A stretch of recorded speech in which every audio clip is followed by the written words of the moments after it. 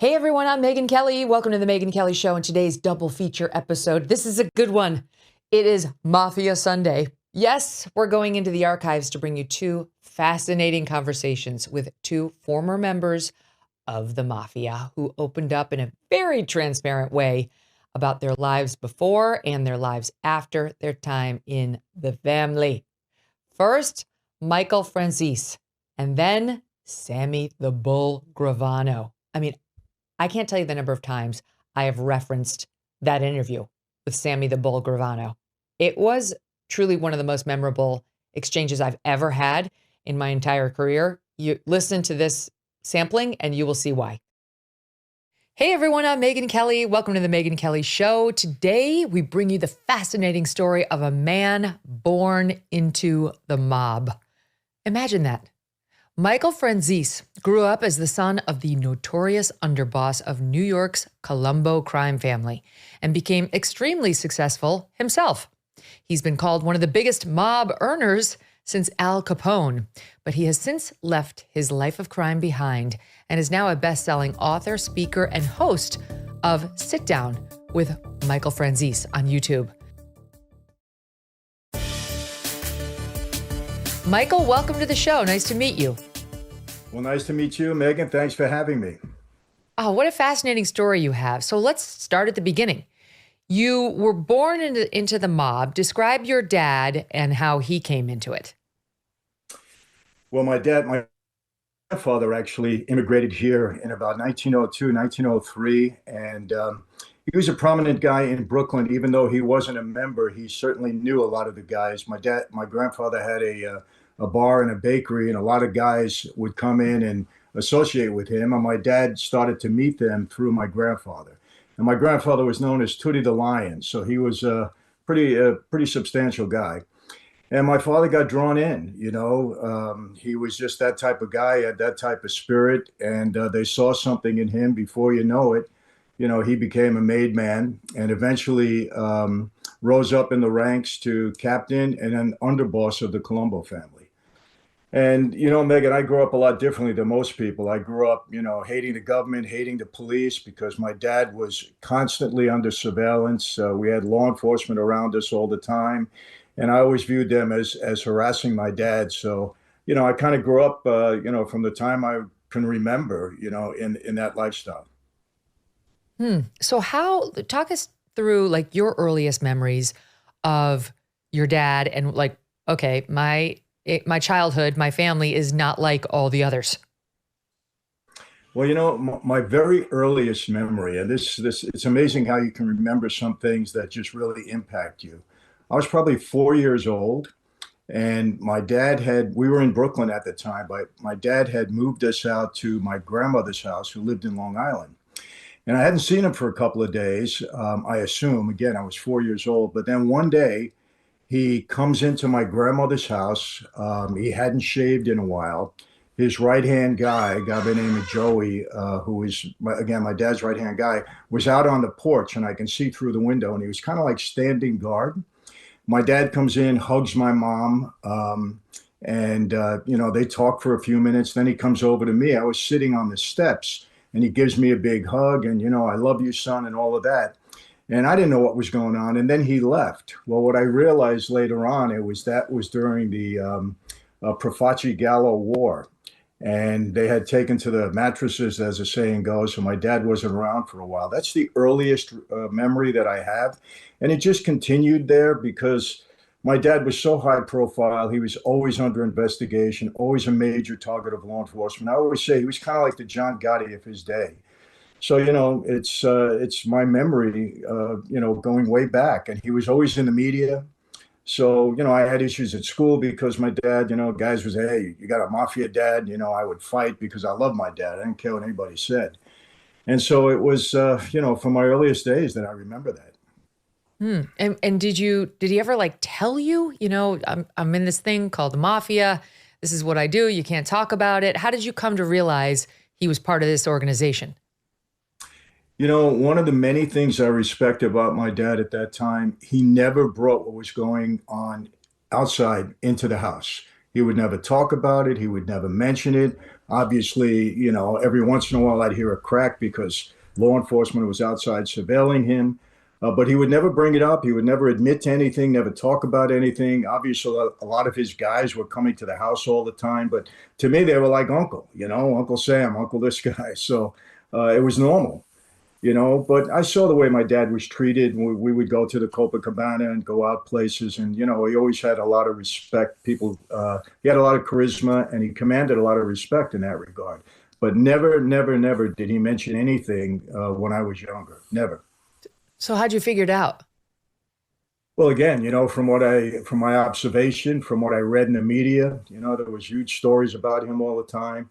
And obviously, what I saw and what other people told me. So, and I never really brought it up to him. I would never say anything to him because to me, he was dad. He was a loving father. And I never did. It wasn't until I got older and my dad started, getting indicted quite a bit and going on trial for, serious crimes. He was on trial twice for grand larceny and once for murder. So obviously during that, we had some talks and my dad would always say, I'm innocent, son. I didn't commit these crimes. Eventually, he was acquitted on 3 of those trials that he went to in the state of New York.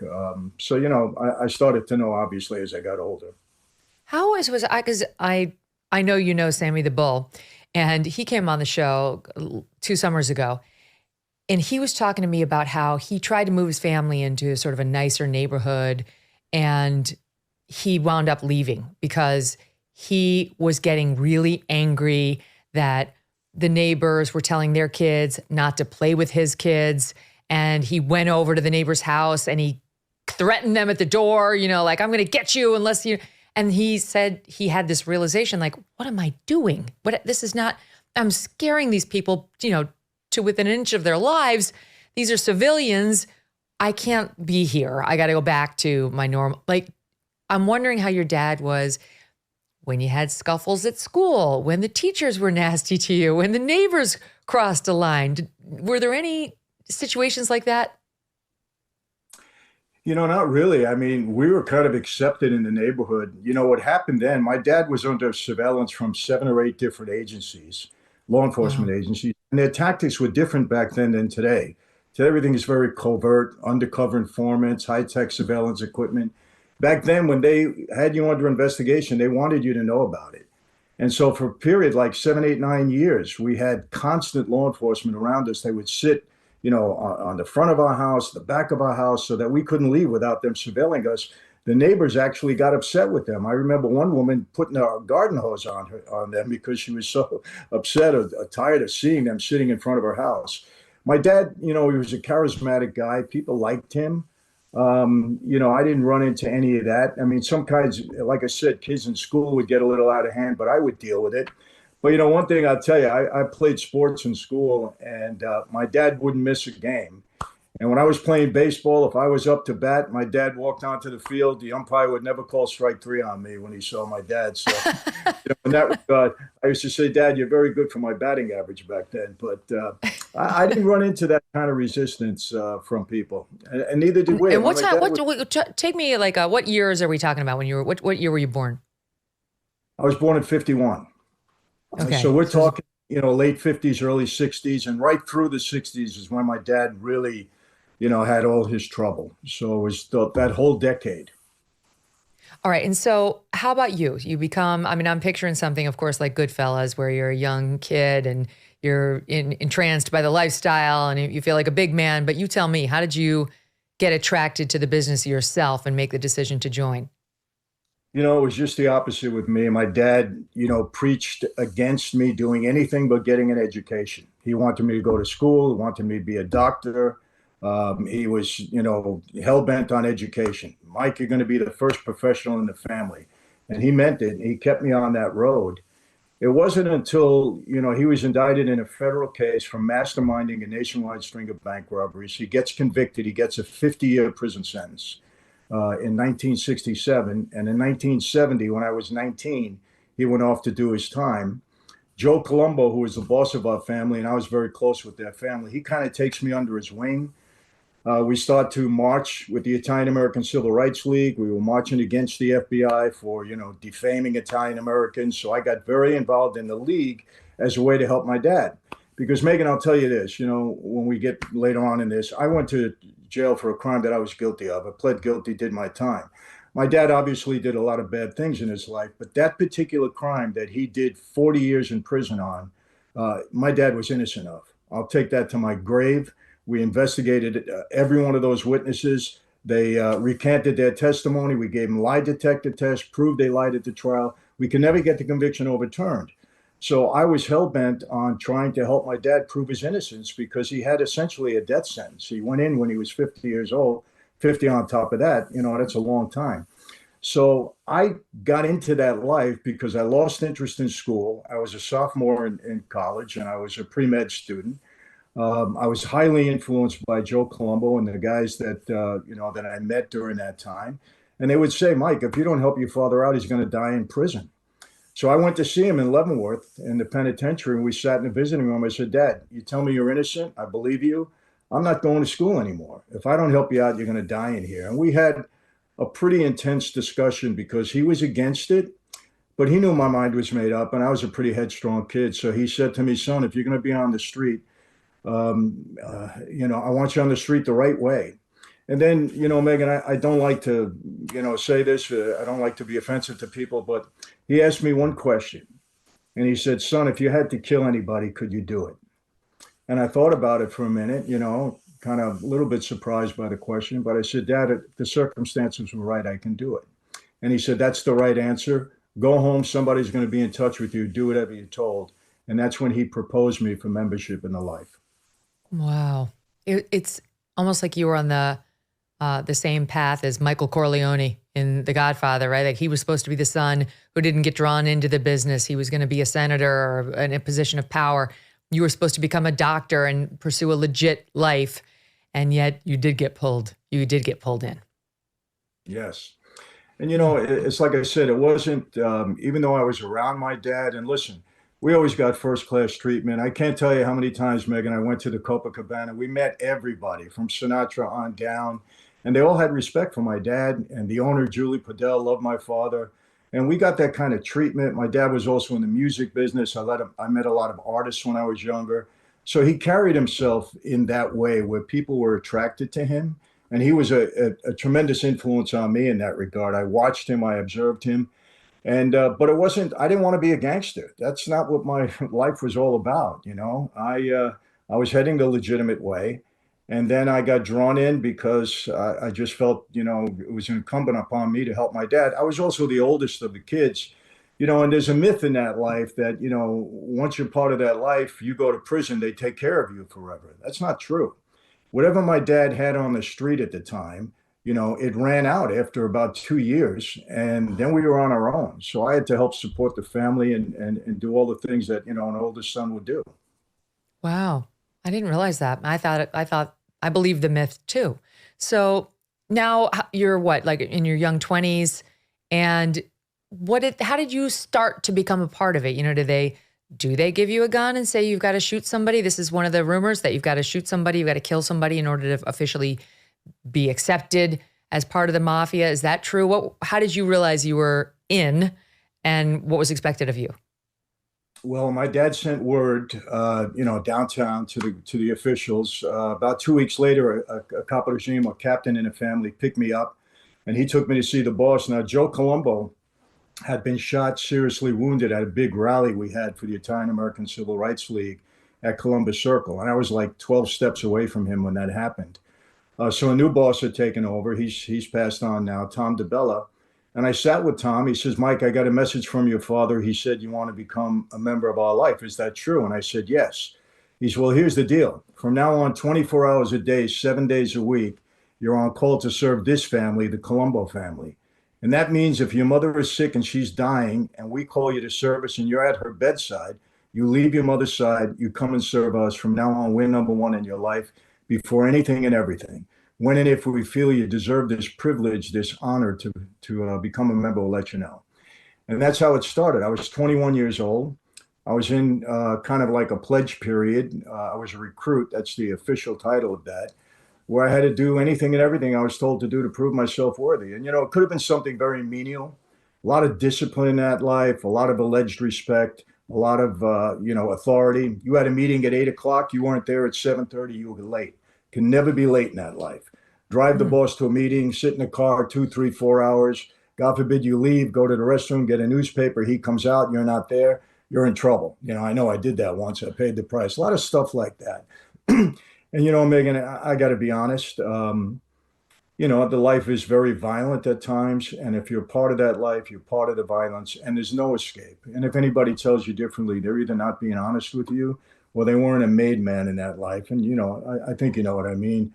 But here's the other myth. A lot of guys talk about, all these killings, like we ran around all day long and all we did was baseball bat people and murder people. Absolutely not true. In our life, and at least in our family, I can tell you this, murder was taken very seriously. It was a last course of action. It had to be approved by the boss. There was discussion over it most of the time, at least my experience in the 20 plus years I put into that life. It wasn't that guys were running around every day, just targeting people to hurt. And I know, there's a lot of guys on YouTube that talk that way now. That wasn't my experience. But it is part of the life. And if you're called upon to do it, you got to do it. Was it petty crime? Was it like you didn't pay back the loan, so I got to break your legs? That's not petty, but I'm just saying it was violent, but it wasn't murder. So did you have to hurt people? Because I feel like that would be a before and after moment. Well, let's put it this way. I had a lot of bookmakers around me that were taking, obviously taking bets illegally at the time. And, the last course of action is to hurt somebody, because if somebody's in debt to you, you want them to pay you. It's only if they're, doing something like so obnoxious to you that, hey, you got to teach this guy a lesson. But it's not the first course of action. At least with me, it wasn't. And with most of the people that I knew at that time, certainly not with my dad. That wasn't a first course of action. But did it happen at times? Yeah, I'm not going to say it didn't. And, there was kind of two different categories, I would say, in that life. You're either a racketeer or you're a gangster. Give you an example. In our family, we had 115 made guys at that time. This was after I took the oath. 115 made guys. Out of that 115, maybe 20 of us were real earners. We were bringing money into the life. 20. The other 95, who's got a no-show job, who's got a gambling, who's trying to do something just to make a few bucks. And they're the guys that, were leaned upon most of the time to do the work, because you got to earn your way in that life. Guys that are bringing in money, they want to protect those guys. However, a gangster never really had the ability to become a racketeer, because if he did, he would be, and he'd be earning. But a racketeer has to be both, because you're going to be called upon in that life to do what you have to do, and you can't refuse, and you got to be capable in that regard. So, but again, the smarter guys, you don't want to hurt people every day. That's not what we were out to do. It must have been a jarring flip, right? To go from this world in which you thought you were going to be a doctor healing people to this world in which you became part of the mafia, sometimes having to hurt people, right? Like, do you ever think about it like that? I did, Megyn, but quite honestly, maybe it was because being around my dad my whole life, or maybe I did have something in me. Maybe I wasn't destined to be a doctor. I don't know. I mean, I often reflected on that myself and said, how did I adapt to this so well? Because, I had some success in life. And look, I'll be honest with you, I had a very idealistic view of the life. When I got into the life, they told me, hey, you don't ever have to worry. Wherever you go in the world, somebody's going to have your back. Don't ever worry about your mother, your sister, your wife, your daughter. Nobody's ever going to hurt them. We'll protect them. You have a brotherhood around you. I was going to be, bonded in blood in a different way, with my father than I already was. So I had a very idealistic view of the life coming in. I was excited about it, and I wanted to be the best possible mob guy I could be at that time. So, maybe I did have it in me all the time. I just didn't know it.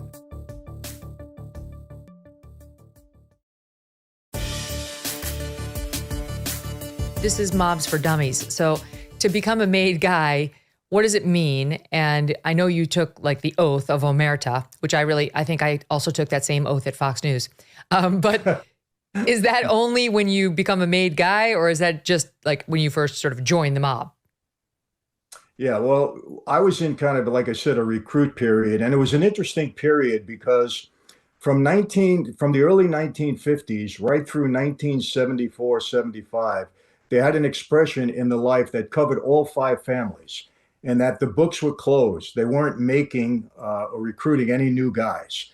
The only way they were able to do that in one of the families, if somebody died, they were able to bring another guy in to replace that person. So when I was a recruit, I was around guys that were waiting 20 years to become a made guy.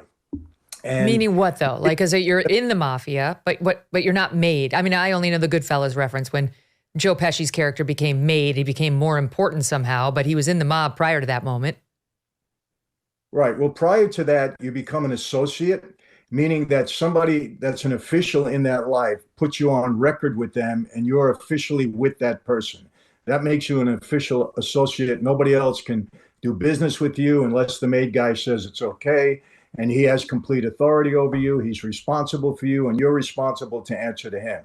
That's an associate. So when you're an recruit like I was an associate. But it's not an official position in that life. Once you get, you prove yourself and you're approved to become a made member, which is the term that they use. Well, then you take an oath and you become a soldier, and a soldier is the first official position in that life. The next ranking up is a capo regime or a captain, and then you have the hierarchy, which is the boss, the underboss, and the consigliere. So, and that's it. Those are the rankings. And with the boss, the underboss, and the consigliere, and who's the Don? Is he above all of them, or is that the boss?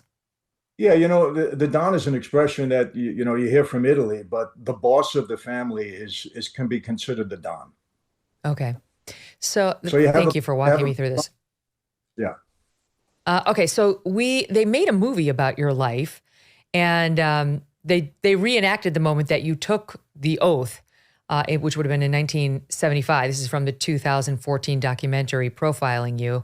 God the Father was the name. Here's a bit of that.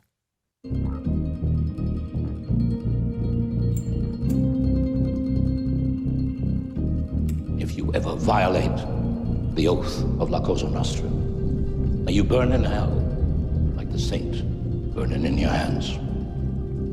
Your allegiance to La Cosa Nostra is bound in blood. Should you ever violate this oath, your blood will be shed. You will keep the secrets and traditions you will hear and learn about. You will not violate another member's wife, sister, or daughter, or ever raise your hand against another member. And you will carry out every order given to you. La Cosa Nostra comes before anything and everything in your life. How accurate was that? That was pretty accurate. That's the oath, and obviously they do shed a little blood. They prick your finger, and they have a knife there. They make a little slit. So, and then they burn a saint in your hands, and that's the oath. I mean, it's quick, but it's very serious. In Try It Out, they spin you around 3 times and make you sing a song. It's different, but it's also similar. It's Yeah, a little different. quite the initiation experience and different expectations. So you become Yes. a made guy. Now, at this point, are you developing a family? Like, I would think the more layers you have and the more connections to sort of regular society, schools and the bridge club, whatever, the more complicated this gets.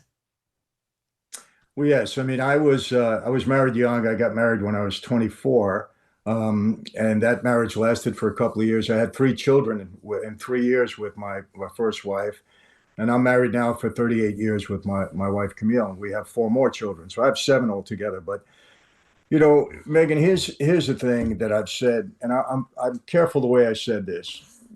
I always call the mob life, the street life, the gang life, they're evil lifestyles. And I'm not calling the guys evil. I was one of them. I just happen to be very fortunate to be in the position I am now. But the lifestyle is evil because I don't know any family of any member of that life that hasn't been devastated. And I mean that, including my own. Now, not my wife and kids. I've been able to, to spare them of that. But my dad did 40 years on that 50. My mom, she died in 2012. She was 33 years without her husband. At the end of her life, I can only describe her relationship with my dad as being ugly because she blamed him for everything that went wrong in her life, and rightfully so. And what went wrong? I had a sister, 27 years old, died of an overdose of drugs. A lot of turbulence in my household, always. And it was a crazy lifestyle. She dies at 27. My younger brother, 25 years as a drug addict. When I can't even begin to tell you how many times I had to save his life and how much trouble he caused the family because of his drug addiction. Eventually, he got himself in trouble, cooperated with the government, wired himself up against my father, and he put my father back in jail on another case. And my dad was 92 years old when that happened. He was out on parole. A son going against the father. I had another sister, she was 41 years old. She wasn't ever mentally stable. She grew up in this turbulence, didn't sit well with her. She passed away at 41. So my whole family was destroyed. And every family of every member of that life that I know is in a similar situation. So any lifestyle that does that for a family is obviously a bad or an evil lifestyle. So, it's, and you don't realize that going in. I didn't realize, hey, I'm going to go to jail for all these years and my family's going to be destroyed. I didn't think that way. Again, I had an idealistic view of the life. Even seeing what my father went through, I kind of pushed that out and said, well, that's not going to happen to me. Or if it does happen to me, I'll deal with it. I was always the type of guy that figured, hey, I can figure everything out and I'll deal with it and somehow I'll make it work. So I had that kind of an attitude. But yes, it's very, very rough on the families, no doubt. So was your first brush with the law Rudy Giuliani? No, that was way, way, way later on. That was your last. Yeah, that was way late. I was in '84. I mean, my first brush with the law was with the Italian American Civil Rights League when we were picketing. I got in an altercation with a cop and I hit him, and they beat me up, and it was a mess. But I was like 20 years old when that happened. And then, I had a bullseye on my back immediately because of my dad. I was arrested 18 times. I had 7 indictments altogether. I had 2 federal racketeering cases, 1 state RICO indictment, and I had 4 other state of New York cases. So from the time I was 20 years old, I was getting arrested, getting indicted, fighting the law. It was just a lifelong battle for me. That's amazing. I mean, it's truly like racketeering, Giuliani, multiple indictments in New York. It sounds just like somebody who I know is the former president and likely to be potentially the next president, Donald Trump, which we'll get to because I know you got some insights on what he's going through. But this, racketeering is a charge that was created so that federal prosecutors could get at mobsters who they hadn't been able to sort of sweep up in a big net of criminality. And I know you got caught in that net eventually. So you've got maybe 14 years there where you get arrested and you get out or you get some small punishment. Can you give me a flavor for how you were a racketeer, you weren't a gangster? What kinds of things were you doing? Like, how were you paying the bills to where you were considered in that first group? Well, I was fortunate, I think, in that I understood how to use that life to benefit me in business. And, I went on to make a very significant amount of money, both legally and illegally. I had 2 automobile dealerships, legitimate. I had a Mazda and a Chevrolet agency. I had a leasing company. I had a couple of restaurants that I was involved in. I had a film production company at one point in time that actually we made about 30 films at the time and distributed them throughout the world. So I had a lot of legitimate things going on. But the biggest enterprise or scam, whatever you want to call it, that I got involved in was the wholesale gasoline business. And in a nutshell, I devised a scheme along with a partner to defraud the government out of tax on every gallon of gasoline. And it was an operation we ran for about 8 years. I had the Russian mob guys from Brighton Beach involved with me. I had about 350 gas stations I either owned or operated at that time. And I had 18 companies that were licensed to collect the tax on every gallon of gasoline. Height of our operation, we're selling 500 million gallons of gas a month, and we're taking down 20, 30, 40 cents a gallon, whatever the market would bear at that time. So we were bringing in several $1 million a week. And there were other guys doing it, some of the Russians were doing it, but I think we perfected the system and lasted, quite long. And we had a lot of other people that were trying to do it that were involved with us. So we created that scam, and it was, people said it was the biggest scam since Prohibition, and I believe that. I don't think there was anything else because we weren't big drug dealers. And obviously, when you talk drugs, enormous money, but we weren't big drug dealers, despite what everybody says. Not true. When I took an oath, they told me straight out, you deal with drugs, you die. And we weren't allowed to touch it. And there was some guys doing it on the sly, yeah, but we weren't major drug dealers, at least back during my era. So, I was doing a lot of things, and I had a head for business, and I just kept plugging away. What do you do with the money? Do you turn it over to the family? Do you put it in a checking account? Well, we do both. I mean, I had to give up 25% of my whatever I earned, had to go up the ladder to the family. And that's the deal that I made with the boss at the time. And then, I had several bank accounts. I had bank accounts overseas that we wired money out to. I had a lot of cash at that time. I had a safe in my house. So, different ways. And you washed money. When I was in the film business, I produced a couple of movies with, gas tax money that I had cleaned up. So, it became a chore, quite honestly, because we had so much money coming in and we had to devise a system to get rid of it, basically, or to put it in places that were secure. Is it like the movies where you get in trouble if you're too flashy, if your wife buys a fur coat, you're supposed to look like you're not making that kind of dough?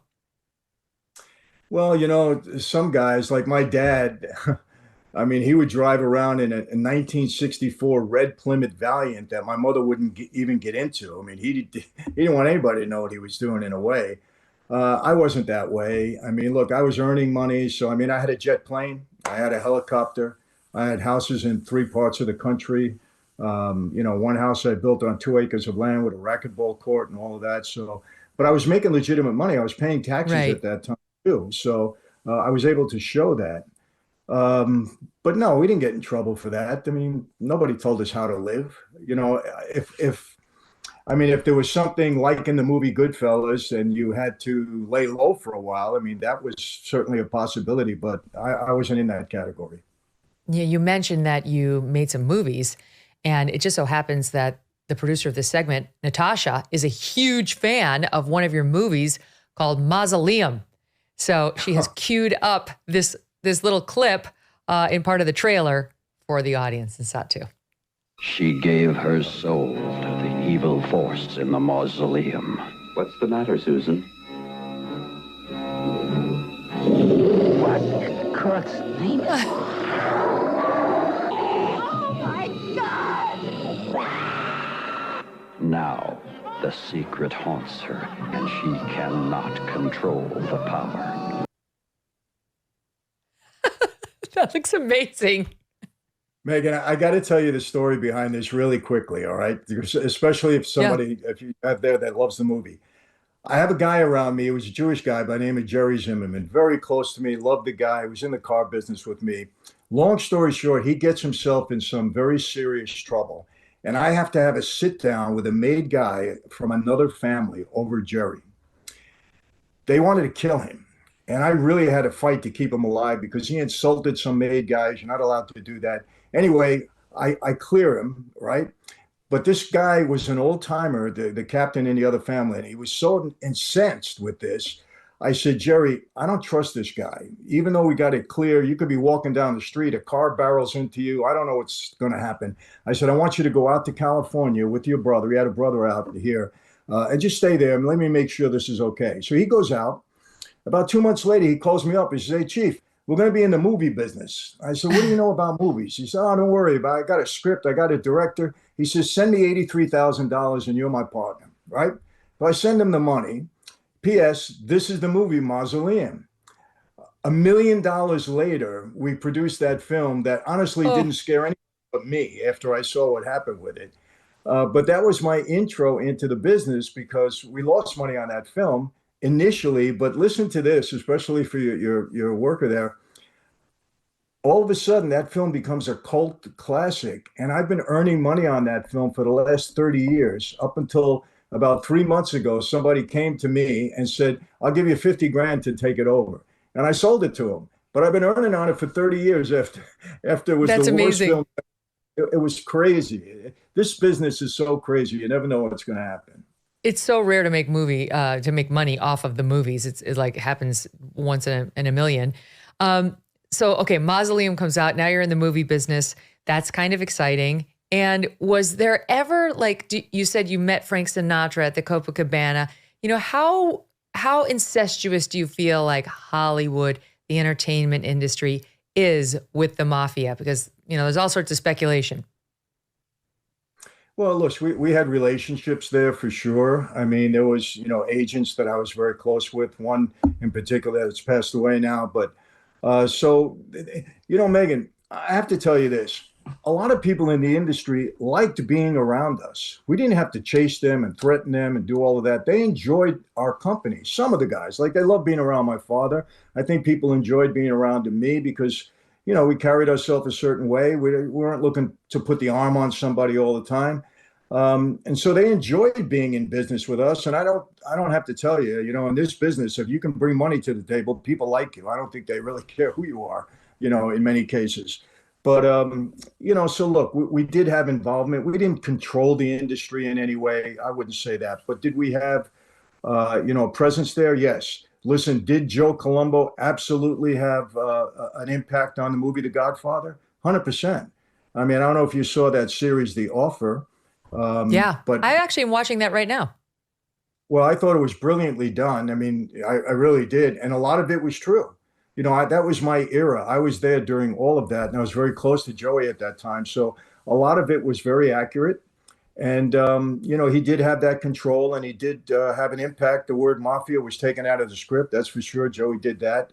He did shut it down at some point, with the union. And they did have to come back to him in order to continue production. So, we did have influence. What about, when I realize the mafia is not what it used to be, but when you're out there walking around as a civilian, what are the businesses you go by or you go into or you're like, probably connected? Oh, gosh. Well, unions, for sure. And, another myth is that mafia guys, we sit in our social clubs and we target the next business that we're going to take over, defraud, influence, or whatever. Not always so. So often, people from inside their company would come to us. Hey, we have a way to defraud our company. We have a way to make some money. You're going to protect us. You're going to give us money. You're never going to tell on us. So a lot of people from inside the company would come to us. Happened to me with General Motors. Happened to me with Mazda. Happened to me with GE Credit. Quite often. And that's how I got involved in some legitimate businesses. But, look, unions, of course, I'll tell you this too. People come to me about Donald Trump. Did Donald Trump deal with the mob? And yeah, he did. And so did Helmsley, and so did Gutterman, and so did anybody in New York that wanted to get that building made and had to deal with the unions. You just had to. And, so does that make somebody in bed with the mob? No, you're just doing business. Mm-hmm. So, yes, we had influence, in the What are the favorite business. businesses to like launder? Because for a very brief time when I was with Jones Day, the law firm I was with for many years, I did a little white collar crime work, the opposite side. And I remember I took the deposition of this guy who was working for one of the crime families, and they were laundering money through these funeral homes. And I thought, my God, I would never have thought funeral homes would be a place where the mob would be in control laundering money. But, anything like that, did you have any familiarity with funeral homes or anything like it?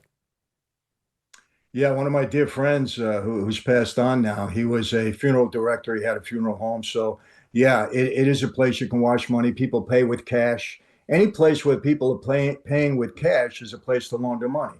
Restaurants, pizza parlors, obviously places like that. So because there isn't really good accounting with that, and you can put a lot of cash through it and get a lot of cash out of it. So, those were the kind of favorites. I mean, listen, in the film business, nobody really did an accounting of where the money came from. So, I mean, I made movies with stolen gas tax money. Right. Nobody. So as you were rising in wealth and notoriety, and you were succeeding. You were, as we said in the intro, one of the most successful mobsters ever. You got featured. You weren't in the movie Goodfellas, but your name was used as one of sort of the big guys when Ray Liotta was walking through the restaurant or going into the sort of the seat. Is this where he's taking his girlfriend out for a date, like one of the first dates? I'm trying to remember. I haven't seen the clip yet, but okay. So we'll play it because they mention your name in this. And he says, yeah, Mikey Franzese. I saw him, Franzese. Watch. And then there was Pete the Killer, who was Sally Balls' brother. Took care of that thing for you. Then you had Nicky Eyes. What's up, guy? And Mikey Franzese. That guy, yeah, I want to see him. So that's supposed to be you. Were you surprised to see yourself featured in Goodfellas? I was really surprised because, I knew that crew very well. I knew Henry very well. I knew Jimmy Burke, and Paulie Vario, was a dear friend of mine and the family's. But I was surprised because that was a different family. And Nick Pileggi, who was the writer, after I saw that, I called Nick up and I said, Nick, why'd you throw me in there? He said, oh, Michael, you had name value and all that. And, you knew all those guys. I said, yeah, but you could have at least got them to say my name correctly, So he laughed at me. Yeah, exactly. But I was surprised. I didn't expect to see that.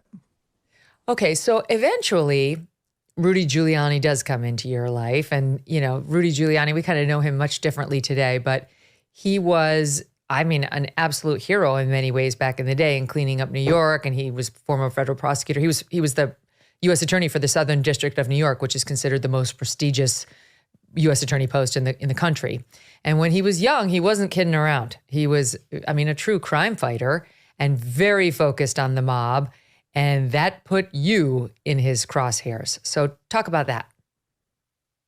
Well, yeah, he indicted me on a major racketeering case. I was a lead defendant and I had 15 co-defendants. And it was a big, Shylocking case, money extortion case, allegedly. And I was supposed to have financed a leasing company that probably had 1,500 legitimate loans on the street and about 30 Shylock loans. And I was the one that, allegedly put up the money for that, which wasn't true. But anyway, so I get indicted and I'll never forget in the courtroom, Rudy comes up to me and my attorney, John Jacobs at the time, and he says, Franzese, if I convict you on this case, I'm giving you double what your father got. You're going to get 100 years. And, that's the kind of time they were giving us guys back then. And I remember standing toe to toe with him and I say, Rudy, bring it on. I beat you guys 4 times already. Let's go for round 5, which I always say is the dumbest thing to do. You don't give them any more. Fortunately, after a several-month trial in federal court in Manhattan, I was acquitted in that case. And my co-defendants, some of them got convicted. One of them got 30 years. So I would have got a lot of time, no doubt. That's amazing. That's downright scary. The only thing scarier than seeing somebody like you across from me angry would be somebody like that who really has the power to take your life away in a different way. And he could do it. Well, I'll tell you, you got to give Rudy either the credit or the blame, depending upon what side you're on. He was the one that really used the racketeering laws effectively because it had been on the books for quite some time. They just didn't use it. But he made it a tremendous weapon. And I say that RICO is the single most damaging tool that the government had to, bring a lot of destruction to that life. And, Rudy and I wouldn't say we were friends, but we certainly healed things after 30 years. He actually wrote the foreword in my book, which he did a great job on. Yeah, it really is. And you know what? He was a great mayor. I don't care what anybody says. He cleaned up New York. He was a great mayor. He was great. Yeah, I know. It wasn't until he got, connected with Trump and so on. And then he just started behaving very erratically. He was kind of not like his former self.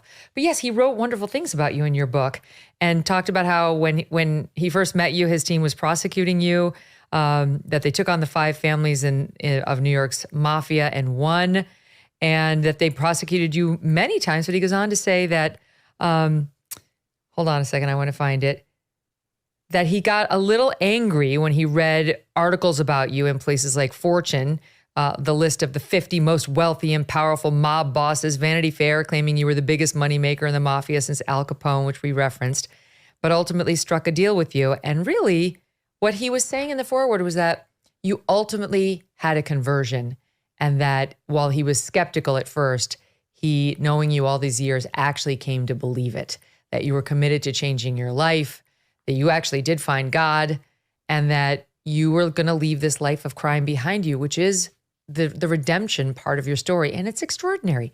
So eventually you did not escape Rudy's focus. And tell us how you wound up going to jail.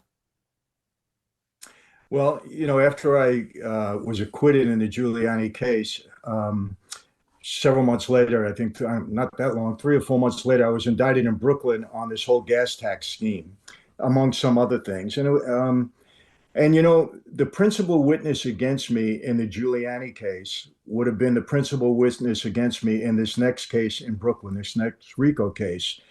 And we beat him, in Rudy's case. Jury didn't believe him. So the government was getting nervous now because I had beaten him. That was my 5th time that they tried to convict me at trial and were unsuccessful. So that was 5 failures on their part. At the same time, Megyn, I met my wife, who's now my wife for 38 years. And I basically started to think, I saw what was going on with the racketeering law.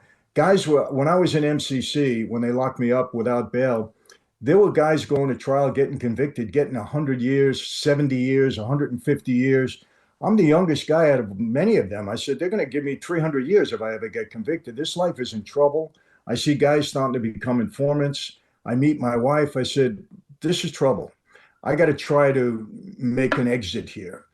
And so I had leverage over the government because beating them in the Giuliani case gave me some leverage. So we negotiated a plea deal. I got a 10-year prison sentence, $15 million restitution, $5 million in forfeitures, and went off to do my time. And it was planning my exit at that time because I figured, hey, I'd do a bunch of years in prison, but I'd come out, I'd have parole and probation. I move out to the West Coast. I can't associate with anybody when I was on parole. Maybe after 10 or 12 years, the guys will forget about me. And I can live happily ever after with my new wife here in California. And that was my original plan. That's how I started to make the exit. Didn't work out exactly that way, but eventually it worked out well. Okay, but I got to ask you whether you ever considered, flipping, becoming a rat, as they say, because there must have been some sort of a deal that would have involved no jail time if you would have helped Rudy Giuliani as opposed to just admitted you did some things.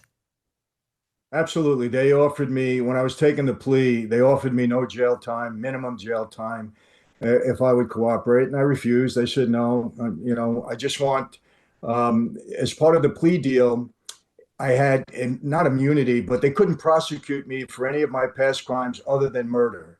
And I wasn't worried about that. So, because I wanted to try to wrap everything up. But my plea deal was no cooperation whatsoever. I didn't talk to them, didn't do anything. What happened was 4 years later, when I was doing my time, a fellow by the name of Norby Walters got himself in some trouble, and he was my partner. I had given him $250,000 to be an agent for sports athletes. And long story short, he implicated me in some scheme. While I was in prison, they brought me in to testify against him. And I said, listen, I don't know what he was doing. I was in prison, but yes, he was my partner. Yes, I did give him money. And that's what I testified to. Well, after that happened, and that was in Chicago, people from the Eastern District came out to see me, and they said, well, you're already a dead man now. You got on a stand and you testified. I said, Norby Walters was my guy. He's not, has nothing to do with anybody. He's my responsibility. Nobody's going to be mad at me for this. And so I chased them away. I said, I'm not cooperating with you guys. I got a few months left to go to be in prison. I'll do my time and come home.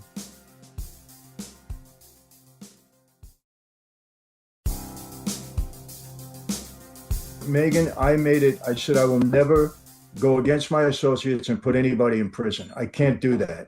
So I'm going to be honest with you. And John Gleason verifies this in his book. I sat down and talked to them, but I basically was able to pull the wool over their eyes because what somebody had told me at the time, and it turned out to be true, I was dealing with the strike force in the Eastern District. And somebody told me they were going to be disbanded. They said, Michael, you can talk to these guys. It's never going to go anywhere because they're going to disband the strike force. And so when I started talking to them about certain things, a few months later, they disbanded the strike force, and that was it. And they only had a year to talk to me. After that, they couldn't talk to me anymore. So well, it really I thought this is very interesting because I mentioned Sammy the Bull. And I mean, honestly, that was one of the most interesting interviews I have ever done. I mean, I have never had an interview before that had a line like, was that before or after the 19th murder? I mean, this is the conversation he and I had. And he put it all out there. It was absolutely riveting. And I know you guys together in a very interesting series Patrick Bet-David did on the Mafia went on together. It got kind of heated. I know you guys, I think you get along, but in this particular moment, not so much. Here it is in SOT 6. He ratted. He cooperated. He cooperated with the fucking government. He wanted to get on his fucking high horse. I didn't send somebody to prison. He met with the fucking government and ratted. You're a fucking rat. You want to talk about respect? You want to talk like that? Point your fucking finger at me. Oh, what are you going to do? What am I going to do? I'll break your fucking face. Oh, God. That, I would not upset him. Just FYI, having researched him quite a bit, that's not somebody you want to upset. So he's calling you a rat, but isn't that what Sammy the Bull is infamous for? Well, among other things, right? Because he didn't have to serve jail time because he actually did turn. He turned on Gotti.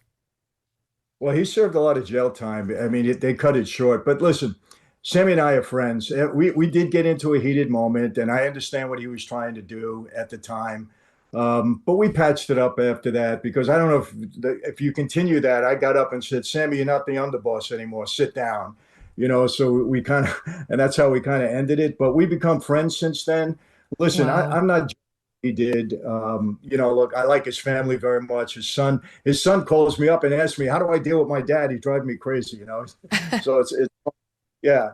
But we patched it up because, we both came to realize, it doesn't benefit either one of us by showing that side of that life where we're angry with one another and all of that, because there was, we'd rather show a different side of that life, even though it is what it is. But anyway,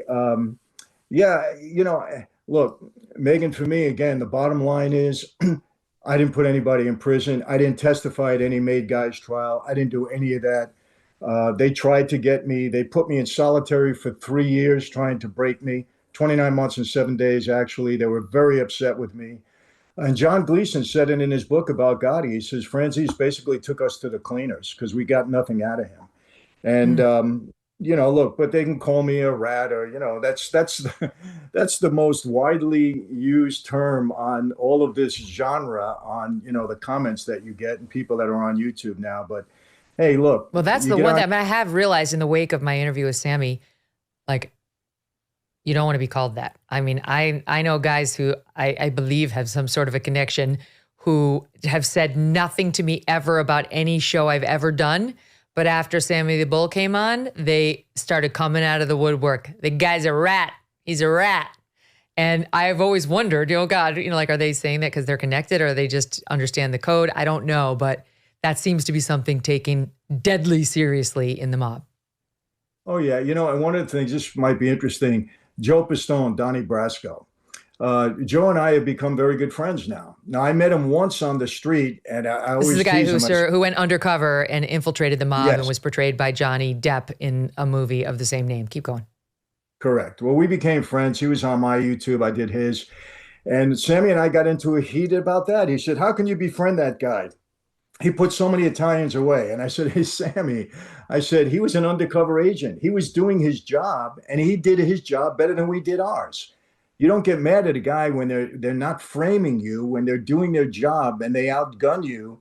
That's it. We used to tell agents on the street, hey, come after us. We get it. You're on one side, we're on the other. Just don't frame us. Get us honestly. You have enough tools, enough weapons. You got all the money in the world and all the time. Just come after us the right way, and we're not mad. And, look, Joe Pistone, I mean, what he did for 6 years to be undercover and not be noticed by our guys, that was a real failure on our part, number one. And number two, it was pretty heroic because at any point in time, he could have walked into that room if somebody would have discovered something, and he would have been in a lot of trouble. And it didn't turn out that way. So, I mean, I give him credit for the work that he did. And, if I was on the street, I wouldn't be saying that. But, just I mean, certainly from my vantage point, that guy's a hero, right? It takes a lot of courage to infiltrate the mob and try to crime fight in that particularly dangerous manner. Just for the audience at home, here's a clip from the movie Donnie Brasco, where Al Pacino's character, Lefty, who's in the mob, meets Donnie. played by Johnny Depp, and tries to sell him a diamond. I'm asking you to middle a diamond for me here. Now, all I want from my end is 8,000. What I'm saying to you is you should give it to somebody that don't know any better, because that's a fugazi. All right? That's a fugazi? How do you know it's a fugazi? You looked at it for 2 seconds. Well, it's a fake. Yeah, I know what a fugazi is. What do you make of that? So you don't think that could have really happened? I guess it did happen. He did infiltrate, and you're just saying that those guys were too careless, that they should have caught him. Yeah, I mean, they should have did their homework and their research. Unfortunately, you know, when he presented himself as an earner, sometimes guys' eyes, open up and, hey, I can earn money with this guy, and they get a little bit careless. And I do have to say this, that was Al Pacino. In my view, that was his best role. I knew Lefty fairly well, and he just nailed that character so well. He was just great, really great. What did you make of, you said you knew Henry Hill, that was the Ray Liotta character in Goodfellas. What did you think of that portrayal? Because that was, I mean, I don't know, everybody loves Godfather, including me, but Goodfellas was just such a riveting film where you were so pulled in by that character, Henry Hill. I told you I gotta get out of here and straighten out everything with Paulie, or else I'm dead, Karen. Then you're better off staying in here. Karen, they could whack me in here just as easy as they can outside, maybe even easier. They're all afraid I'm gonna rat them out. People are already walking away from me. I'm dead in here. You gotta get me out. Well, Megan, Henry's gone now, and I knew Henry well. I had kind of an affection to Henry because when he did that whole Boston College betting scandal, he gave me some tips and I made some money at the time. But Henry never looked so good as he did in that movie. That's for sure. And I can tell you this, he never walked into the back of the Copacabana without Paulie or somebody being with him. That's for sure. He didn't have that kind of prominence. Unfortunately, he had a drinking problem. He was an alcoholic, and he got into drugs fairly early, and he had that kind of problem. And look, he would have got killed. There's no question about it. He wouldn't have lasted on the street because Paulie Vario was pretty upset with him. So was Jimmy, and he did what he did. But believe me, he was made to look great in that movie. I'll bet. Well, I mean, it was based on his book, right? Which I'm sure also made him look great. And then Hollywood takes it next level. So, and of course, Ray Liotta's gone too, which is sad. What about these guys? There's a question about whether any of them is actually in the mob, whether there's any sort of a connection, whether it's De Niro, Pacino. Did these guys have any sort of a relationship? I mean, for Sinatra, we've heard yes. Well, not that they were, like I said, part of a crew or anything like that. Did they have relationships? I mean, Paulie Sirico, I think he was involved at one point in time, then became an actor. They all had relationships. Jimmy Caan, was very close with my one-time captain, with Andrew Russo, very close. What was his name? Oh, gosh. Lenny Montana, who played Luca Brasi in The Godfather, was very close with me. Very close, and we were together out here on the West Coast before he passed away. So a lot of guys had relationships. But again, we were all over the place. So we met with a lot of people and, we had a lot of relationships, no doubt. So you find yourself in prison now, 10 years. And at the time you were in prison, your dad was still in prison. And the relationship broke down. Was that because of the thing you just told us about, where you did wind up testifying in that one case? Is that what turned him on you? No, it wasn't that. What happened was when I was in Terminal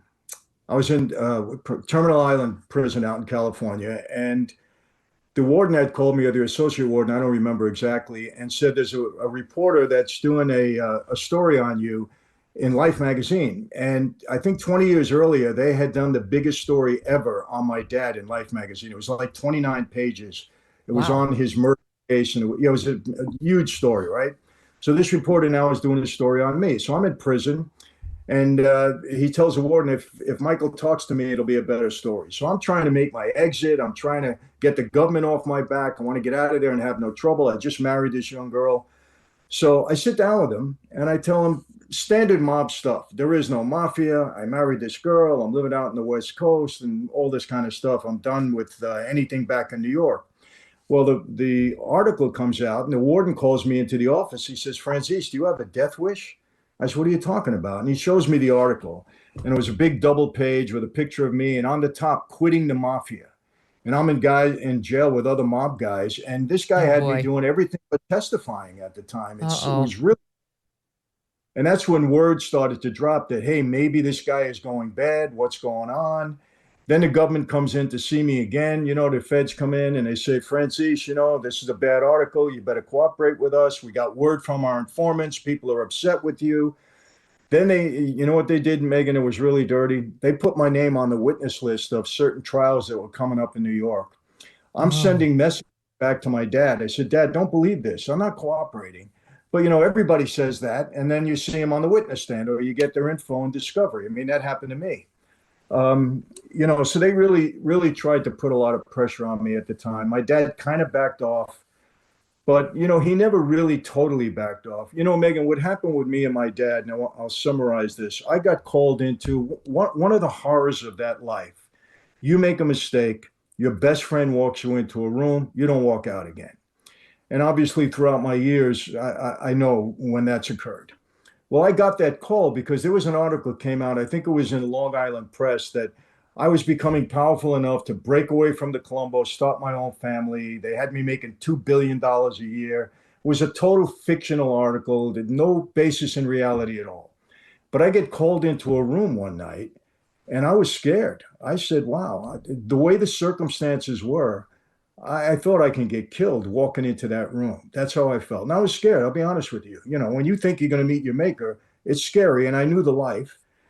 And so I'm sitting down there and I'm getting grilled on how much money is coming in, $2 billion. And I said, hey, you know, they lie about everybody. Now they make a story about me and it's true. I said, what are you listening to? I'm handing in everything. Well, my father wasn't there, but he was called in before me. And what I found out that night is that he didn't help me in that meeting. He actually hurt me because what he did, instead of standing up for me, he said, I'm on parole. I don't do anything. My son handles everything. If anything's wrong, I don't know. So he kind of threw me under the bus. And I can tell you this, Megyn, I didn't meet my wife until 2 years later, but I really believed, I was stunned when I found that out. And it was true. Because I said, man, if this life can separate me and my dad, what do I really have here? And I just filed it away. I didn't say anything. You don't speak out of turn in that life, and you don't share your thoughts with people because you never know. But I can say this, if I didn't have that meeting, I don't think, I mean, if that didn't occur, I don't think I would have ever walked away from the life, because I think that bond between me and my dad had to be broken, and I had to get a sense of reality. And, you know, I didn't hate him for it when it finally came that he confronted me on it, because he read it in my book. I wasn't going to say anything, but then it was such an impact on my life. I said, no, I have to be honest about this. So I put it in my book. That's where he reads and he denies it.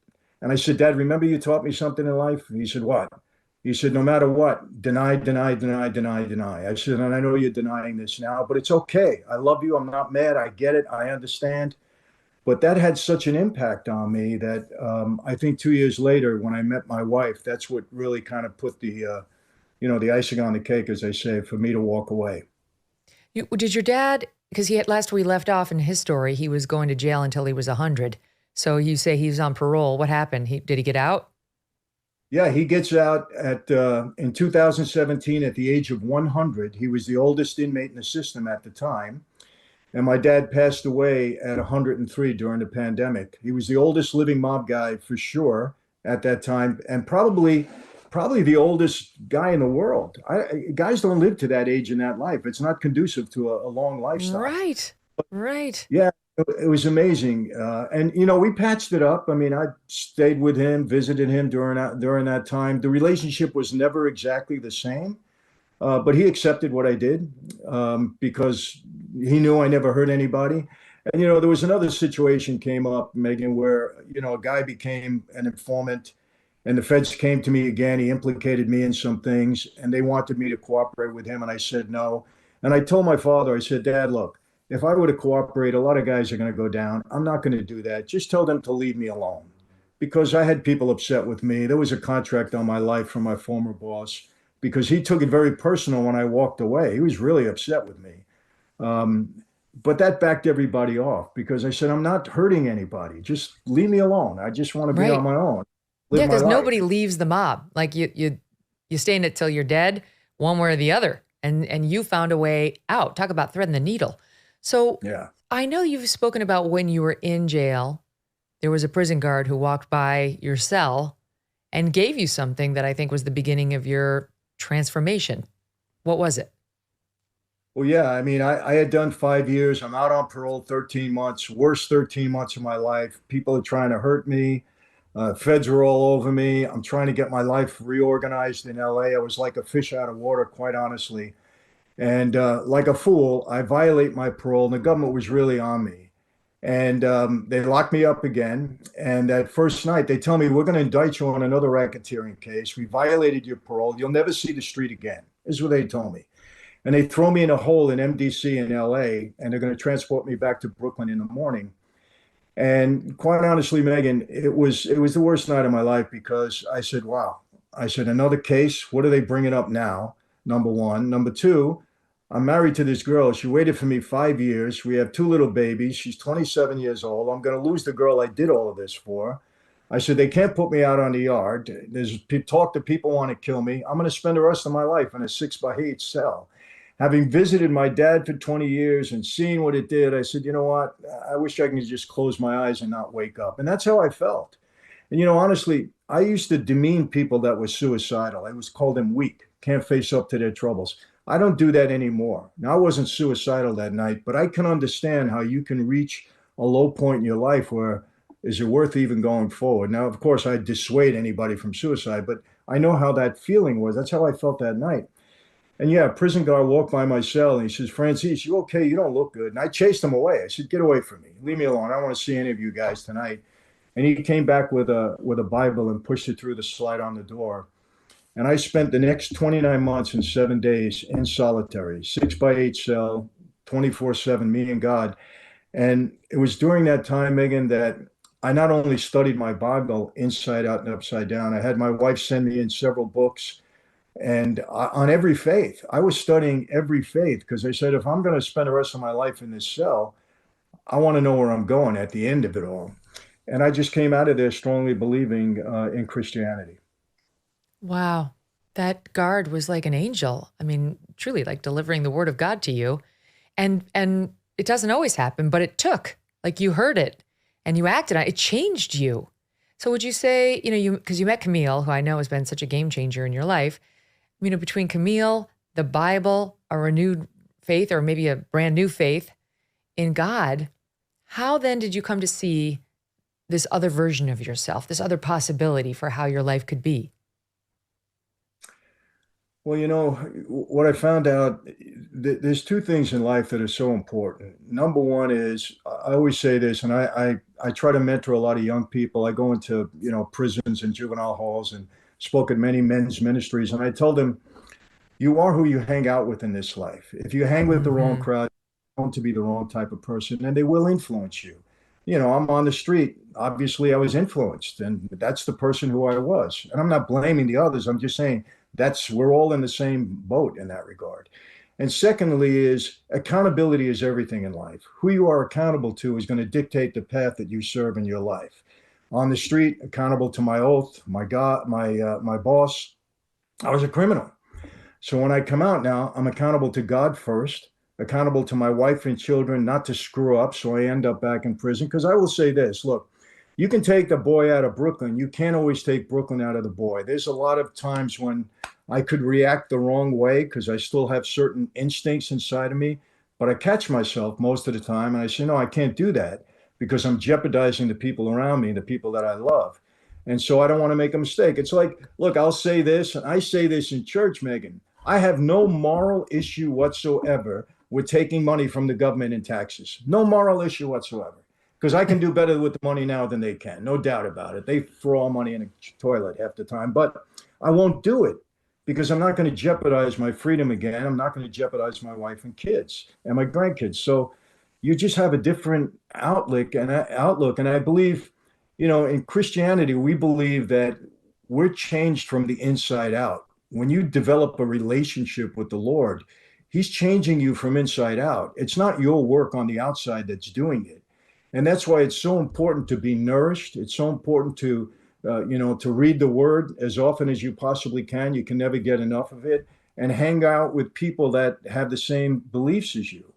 And that's what's done it for me. I mean, I don't attribute it to my work. I think I'm probably the most fortunate, most blessed person around, because I should either be dead or in prison for the rest of my life. That's what I earned. But for some I feel like reason, you're like your dad. You're what, 71 years old now? You look amazing. You look young. You seem vibrant. Like you probably have another 30 years at least. But it's probably related to your good choices in your second half. Yeah, I think I'm 72, and my wife, I have 5 daughters and 2 sons. Well, my daughters are all fitness crazy. I mean, they're fitness experts and personal trainers. My wife, that's been her lifestyle. So they don't allow me to get off track in that regard. So yeah, and I think we have some good DNA. I mean, my dad was one of 19 kids, and all of the kids died in their late 80s, 90s. My dad outlived them all. But, so we have some good DNA also. So, I think that's part of it. So you just got to watch yourself.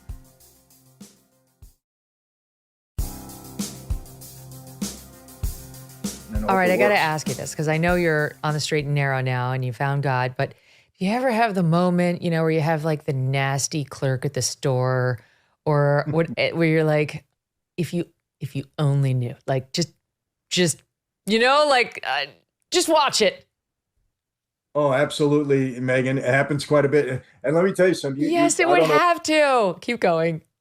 Oh my gosh, I'm on social media, and some of the comments that come in, you want to like jump through the computer at them, and but it's crazy stuff. I do But know. yeah, I have those moments, absolutely. It's like I said, you don't get a lobotomy when you come to Christ. You just try to, tailor your behavior the right way. And I think when you get older too, you start to calm down a bit. At least, I don't know about Sammy, but me, yeah.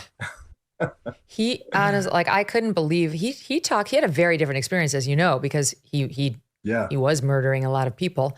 And he talked to us about the story, the first murder he committed. And it was someone he knew. It was someone he was like kind of close to. We actually pulled the clip. I'll play it. It's top 5. Because I never thought about killing people. But I went through with it. We did it. One night, we went out to after-hour clubs. We got in the car about 4 o'clock in the morning.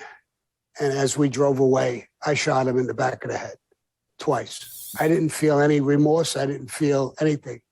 And I thought that was peculiar. I thought either something's wrong with me or I'm just a stone cold killer.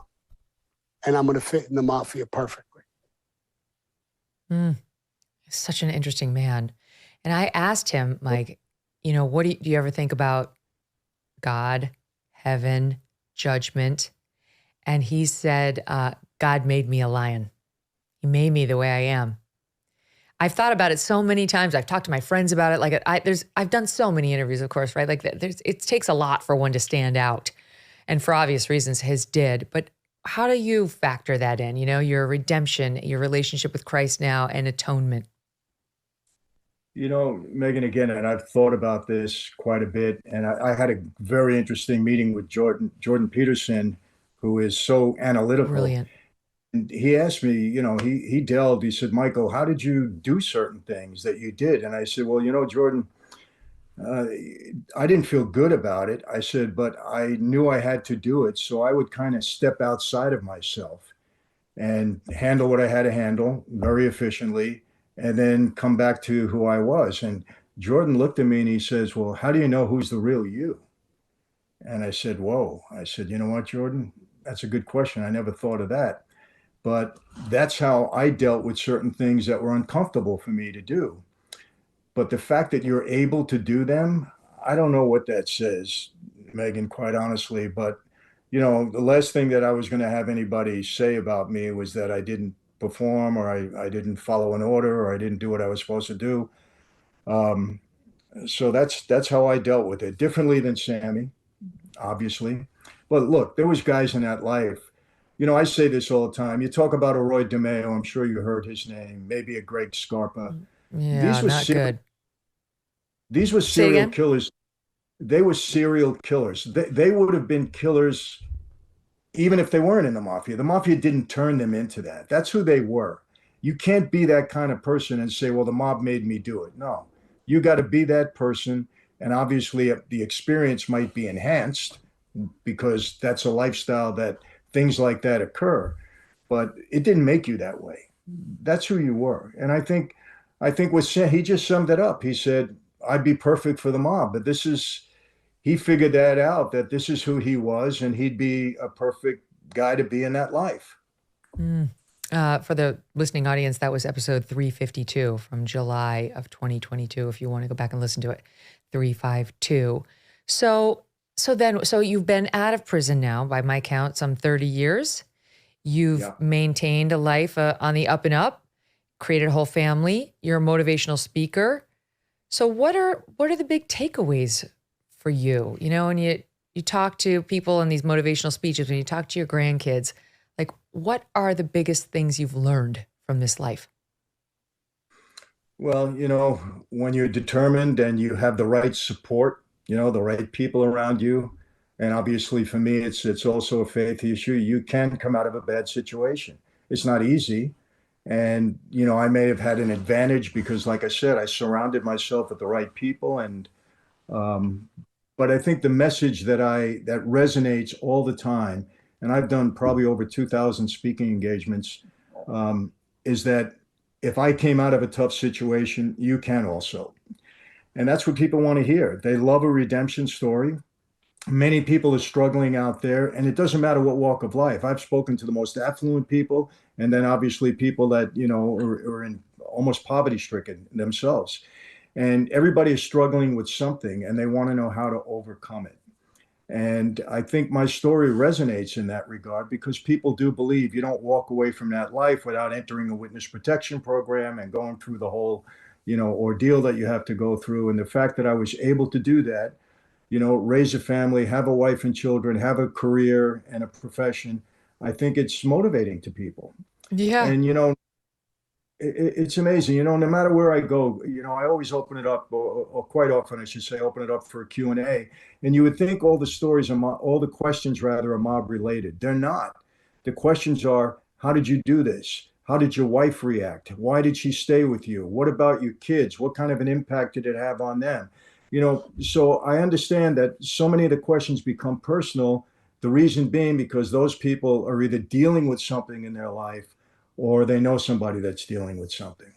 That's a good point. I mean, it's really one of those, like, no matter what you're dealing with, it's almost guaranteed it's not quite as tricky as what Michael was dealing with. I mean, very, very tricky to get out of the mob with your life secured and return to your family and a life above board, without crossing that criminal line after so many years on the opposite side. It's a magician type move. What about today? I mean, the mafia was really undermined by prosecutors like Rudy Giuliani, but it's not gone. So how is it today? Do you know? And, what's its status? Well, I can tell you, I always say this, the golden years of Cosa Nostra Mafia in this country, really from the late 40s, early 50s, right through to the mid 80s when, again, we know what happened. And, there was a time when I was in New York, Daily News, New York Post, New York Times, Newsday, every single day or every other day, story about the mob, without a doubt, one family or another, who's getting busted every other day. Now I read the New York Post every morning, maybe every 6 months. And as a matter of fact, I think last week, 10 guys got busted or something like that. So they've gone undercover. It's not nearly what it was during my time. I know that for a fact. But it seems like they're getting smarter. You don't hear too many guys on surveillance tapes and things like that. It's not going to go away in my lifetime. But, another thing I've learned, things happen in patterns. When I was on the street, they had 1,400 agents that were assigned to all 5 families. And we had 750 approximately made guys that took the oath. You had almost 2 agents for every made guy. Now I believe there's less than 100. Why? Because terrorism has become, more important right now, and the focus on that. So when things like that happen and some of the heat comes off, these guys are pretty resourceful and they start to build up again. And then there'll be a time possibly when, they come down hard again because we're seeing the government is seeing more impact that the guys on the street are having. I don't know, this time it might be that it was seriously wounded to the point where it'll never recover to what it was before. But I don't sell them short. I'm not saying it's over, but that's the pattern that I see, that I've seen occur over the years. And last but not least, Rudy Giuliani. We talked just a bit. I made a reference to how his public image has changed. There's no question he has changed himself personally. He's had some personal problems. But, many of us remember what he did in New York and how he behaved after 9/11 and what kind of a mayor he was, and factor all of that in sizing up his legacy. How do you see it? Well, again, for me, I don't look too much at what's going on currently in politics with him. I just know that he was a tremendous prosecutor at the time. Again, he was my enemy, but you have to give him his due. He did what he said he was going to do, and he used the laws very, very effectively. And more than that, for me, his legacy was the mayor of New York. When I got violated and the marshals came and picked me up and they were bringing me into to get in front of the judge, it was in the early 90s. It was 91, I think. We were in the car and they said, Mike, we got a little time before we have to appear in court. What do you want to do? I said, well, I've been out in New York for a while. I said, I want two things. I'd like a cup of Dunkin' Donuts coffee and let's go around Manhattan. I haven't seen it in a while. And I could not believe Times Square and how Rudy had cleaned it up. I mean, I grew up with that being smut city. And I was like amazed. And I said, wow, this guy really did do a job here. So I was fascinated by that. So that's, to me, that's his legacy. I look at, him as a prosecutor, the job that he did and the mayor of New York. And of course, after 9/11, he was tremendous. So to me, that's how I remember him. Thank you so much for telling your story and for finding a way forward and setting the example for others who have struggled in any number of ways. All the best to you. Well, Megyn, thanks for having me. And like I said, I've been watching you since your days in Fox, and I appreciate just your honesty and the way you just carry yourself and bring things out. It's for me, it's really a joy to see. So thank you. Oh, I'm flattered. It's so nice to meet you. To be continued. Hey, everyone. Welcome to the Megyn Kelly Show. I'm Megyn Kelly. We have a fascinating program for you today. One filled with crime, murder, money, and betrayal. Today, we're talking to one of the most infamous mobsters in American history, Salvatore Gravano, otherwise known as Sammy the Bull.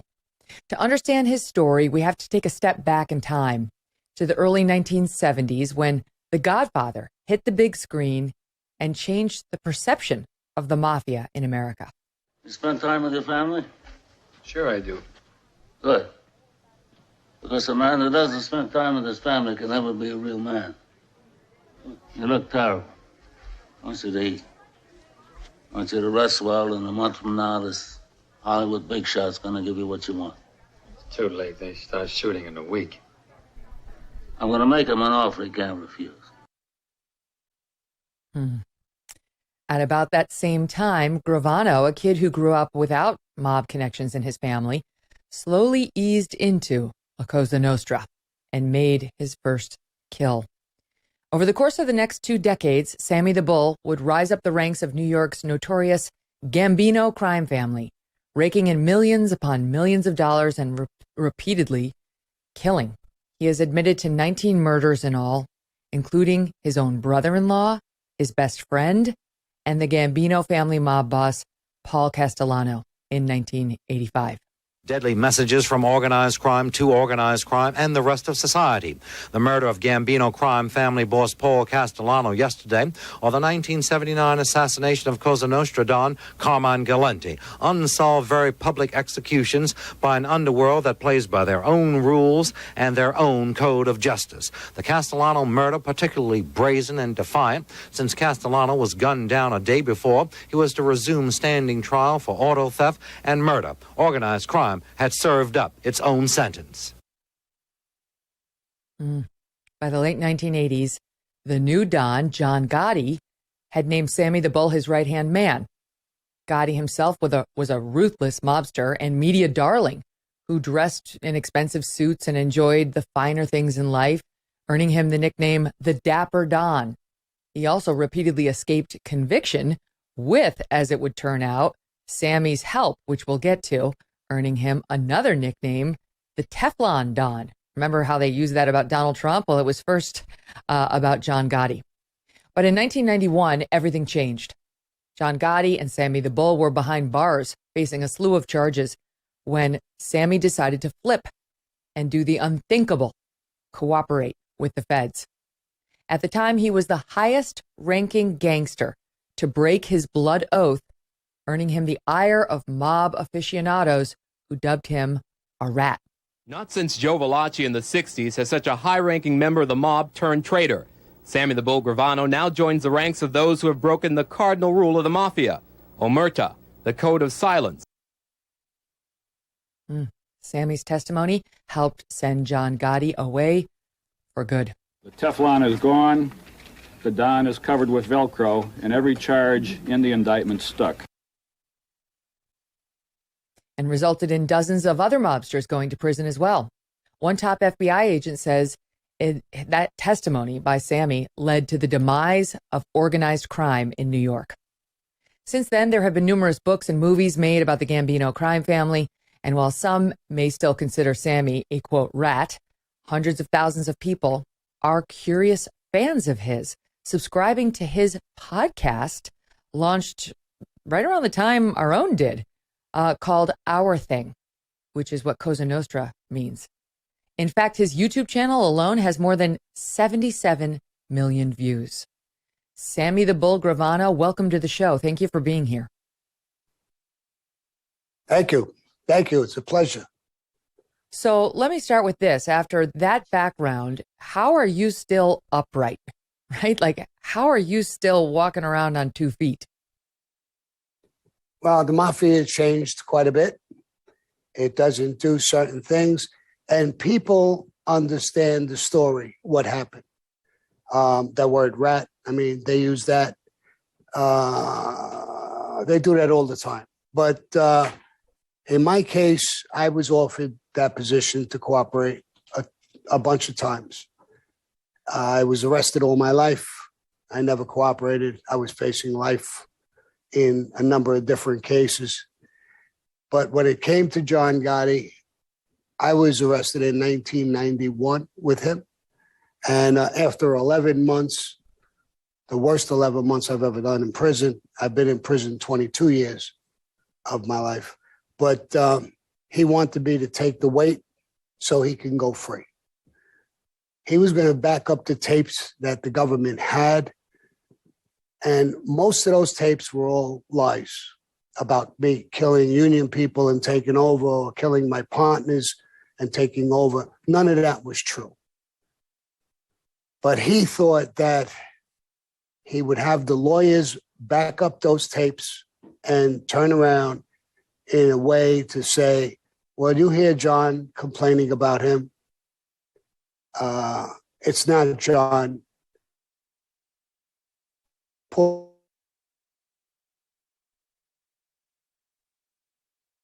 Would be set free and I would go to prison.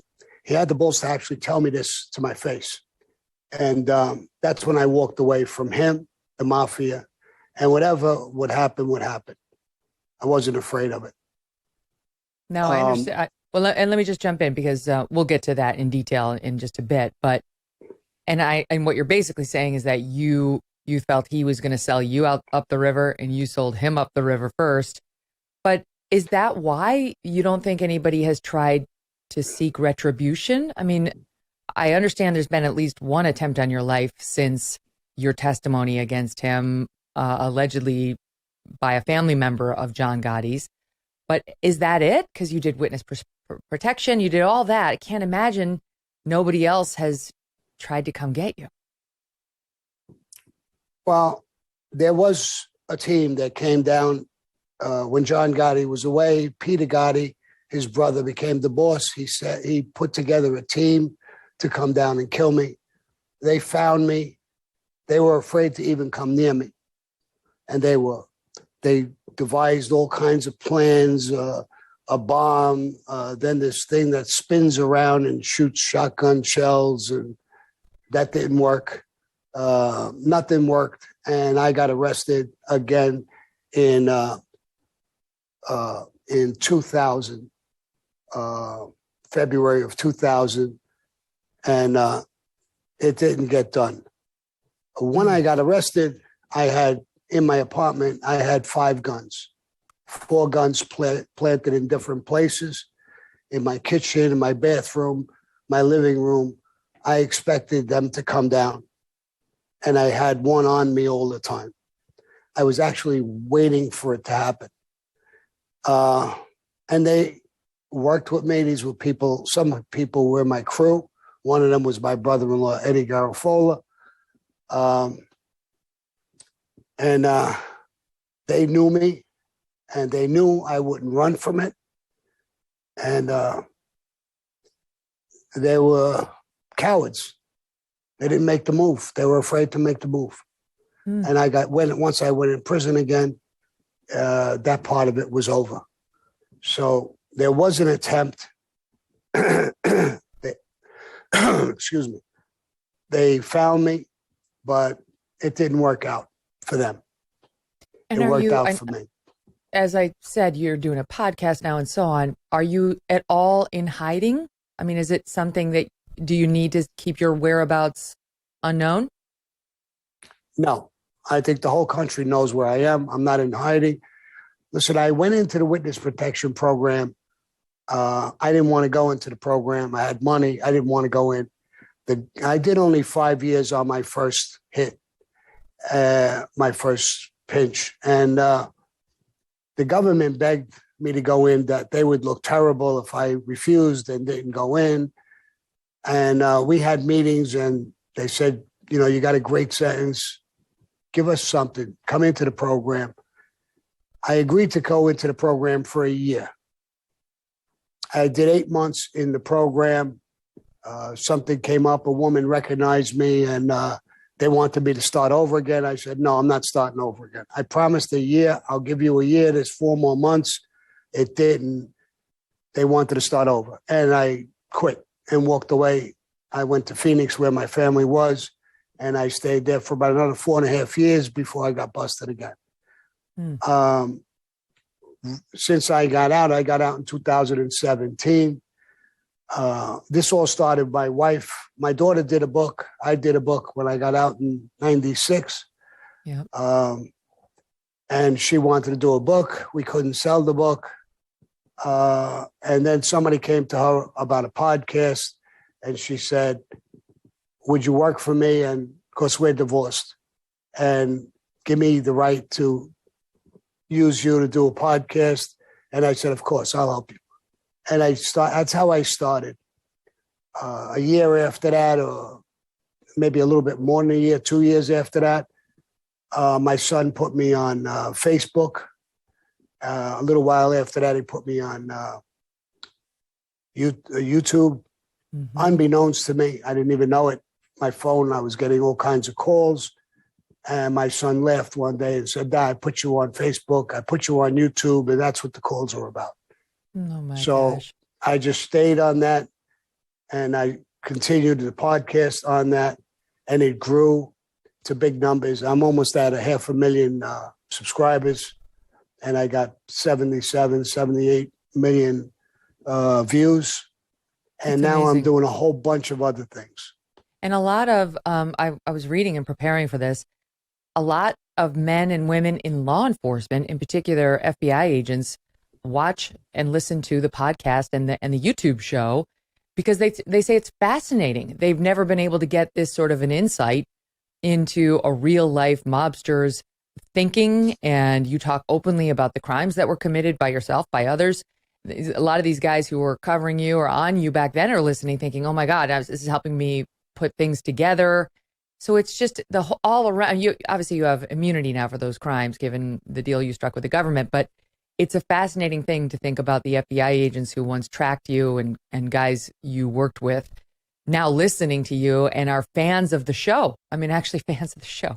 So wait, let me pause you there and let's go back. Let's start with you as a kid, because as I mentioned in the intro, you were not raised in a family where your dad was in the mob and your granddad was in the mob. This was not foretold. As I understand it, your dad was fairly successful. You had a nice family, and it wasn't, you had some difficulties as a child, but it wasn't related to anything in terms of crime or the mob. No, my mother and father were totally legitimate. My mother was a seamstress. My father was a painter. Back then they used to use lead in paint. He got lead poisoning. He had to stay away from painting. My mother got an offer from a Jewish contractor. She would go and make the clothes, women's clothes.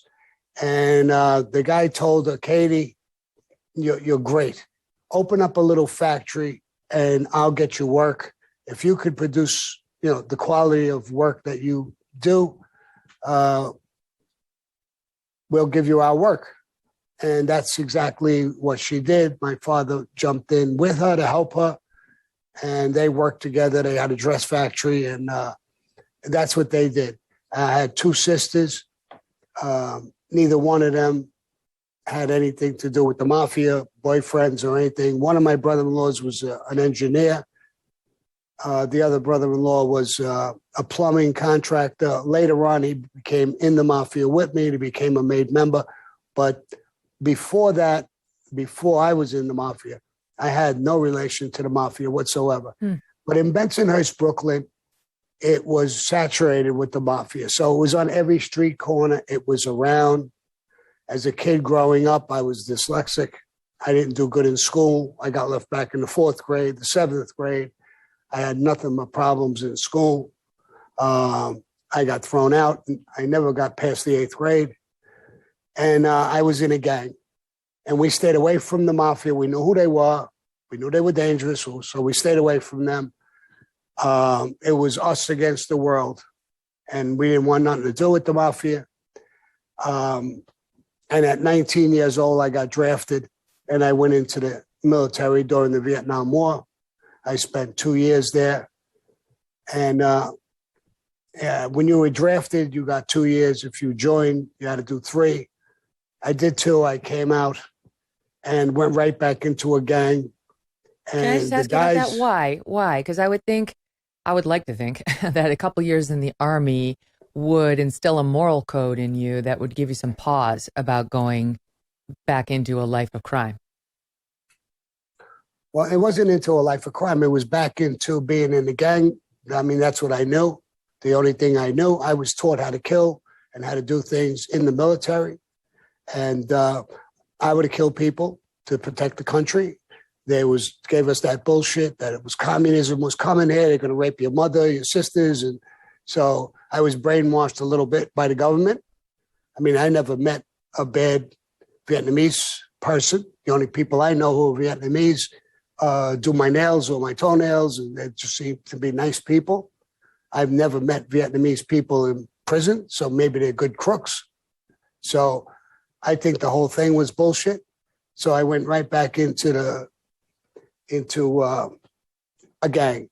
But unbeknownst to me, while the 2 years I was gone, most of my friends hooked up with different mafia families, and they were hooked up with somebody. One of my friends, Tommy Spiro, said, "My uncle wants to talk to you." His name was Shorty Spiro. He was in a notorious crew, Carmine Persico. There was a war going on at that time between the Gallows and the Profaci, and there was different sides. The war stopped for a while. So when I got hooked up with them, there was no war going on. I knew sooner or later They kill people that I would be called. That's where I did my first murder. It's a long story. I would tell you if you want to hear it, but I did my first piece of work there.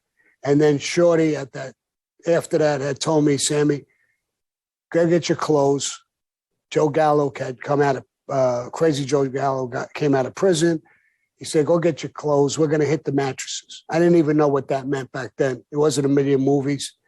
And he said, they're a pack of wolves. We're a pack of wolves. We're going to live together. If you have a girlfriend, get rid of her. If you got a job, stop. You're going to live with us 24 hours a day, 7 days a week. And we're going to hunt them. They're going to hunt us. And that's what you have to do from this point on. And that's the beginnings of your time in organized crime. That wasn't just a gang. That was one of the 5 New York crime families. Yes. It became the Colombo. It was a Profaci family. Profaci died, and they made Joe Colombo the boss. So when I got in, Joe Colombo was the boss. My first hit was ordered from Joe Colombo to Carmine Persico to Shorty to me. And it was somebody in our crew who was plotting to kill Shorty and me. And his wife was having an affair with Shorty's nephew. And he devised a plot to kill Shorty and me to cause confusion. A couple of months later, 6 months later, he would kill Tommy Spiro. And he went to somebody, Frankie, who was in the crew, and asked for his help. Frankie, instead of helping him, went to Shorty and told him about the plot. That's how the whole thing happened. Now, just to take a step back, you mentioned you had dyslexia as a kid and you didn't make it past the 8th grade. And I know that there were some bullies in your life as well. And one of those incidents led to your nickname, Sammy the Bull. They tried to steal your bike. You didn't let it go peacefully. You were scrappy. And these mobsters saw you fighting and said, look at this kid. And they nicknamed you Sammy the Bull. Now, right. Jumping forward now to this point, you may have stood up to bullies, but you didn't go to Vietnam when you were serving in 1964. So you hadn't killed anybody, whether in a military uniform or otherwise at this point. So when they say to you, you're going to kill this guy, is it scary? Is it frightening? Is it daunting? Or is it all business at that point, even as a young man at this point? Well, it was scary. I had a couple of incidents that were scary that I would have used the gun. I never did. But when that came, I knew it would come sooner or later. So the story, I heard the story, what it was. I thought I was being bullshitted a little bit. That the guy wanted to kill me. I couldn't understand why he wanted to kill me. I had nothing to do with his wife and an affair, but he had this stupid little plot, like I just said. And when they gave me the order, they said, who do you want to come with you? And I said, your nephew, Tommy Spiro. He created this monster. And then I wanted the guy, Frankie, because I couldn't understand why he didn't tell me. And I wanted to be able to talk to him about that. So they put those 2 people on the hit with me. And, I watched a movie one time, and it's a person who was about to kill, and he was sweating and scared and all of this stuff. I thought that's what happens to you before you commit this kind of a crime, because I never thought about killing people. But I went through with it. We did it one night. We went out to after-hour clubs. We got in the car about 4 o'clock in the morning, and as we drove away, I shot him in the back of the head twice. You were in the back of the car? I was in the back seat. Where was he? He was in the front seat, the passenger seat. And when we went to a spot, we went out of the neighborhood. We pulled into a nice community. It was miles away from Brooklyn, Rockaway, and they had nice homes with lawns, and it was quiet. We drove over there. I took him. I picked him up out of the car, and I put him on the street, the sidewalk. I got in the car. I opened the window. I put the gun out, and I shot him 3 more times. We got back. We went to the neighborhood. We cleaned the car, got rid of the gun. And we were living together, a bunch of guys. I went and take a shower.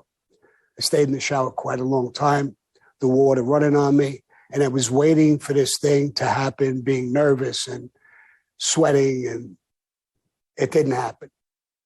Nothing happened. And I went to bed. I slept like a baby. I got up the next morning. There was confusion. Some of the young girls who still with us, oh my God, they killed Joe Colucci in Rockaway. And I remember asking one of the girls, did they know who did it? Did they find out who did it? She said, no, it wasn't. It's in the papers already, but it's not in the papers. I don't know if they caught the people or what. And I remember we all went to the corner where we stay. And I had like an out-of-body experience that I felt like I was above somewhere, looking down and listening to all of them talking, and I felt absolutely nothing. And then Shorty came with his nephew, Tommy Spiro, and I came back to reality. And they said, Carmine Persico wants to talk to you. So we got in the car and we went down there. But that was the then boss? Excuse me? Carmine Persico at that point was that family's boss? No, he was a captain, but a very, very powerful captain. He was leading the war against the gallows. And so I went down and met with him. I was told not to talk. I didn't talk. Tommy Spiro explained the whole situation, what happened in detail. He grabbed me, hugged me, kissed me on the cheek, and he told me, great job. Mm-hmm. So, and I didn't feel anything. I went to the funeral, and I didn't feel any remorse. I didn't feel anything. And I thought that was peculiar. I thought either something's wrong with me or I'm just a stone cold killer. And I'm going to fit in the mafia perfectly. Mm. And I guess what I became, not a stone cold killer. I was good at what I did. I was good at what I did in a lot of ways, in construction, running unions. But I was also becoming a professional hit guy. Had you ever been a man of faith prior to that? Had you ever gone to church? Did you have any relationship with God? No, of course. I believe in God. I went to church as a kid. I stopped going to church. I believe, in prison, I joined the Indians because I wanted to smoke.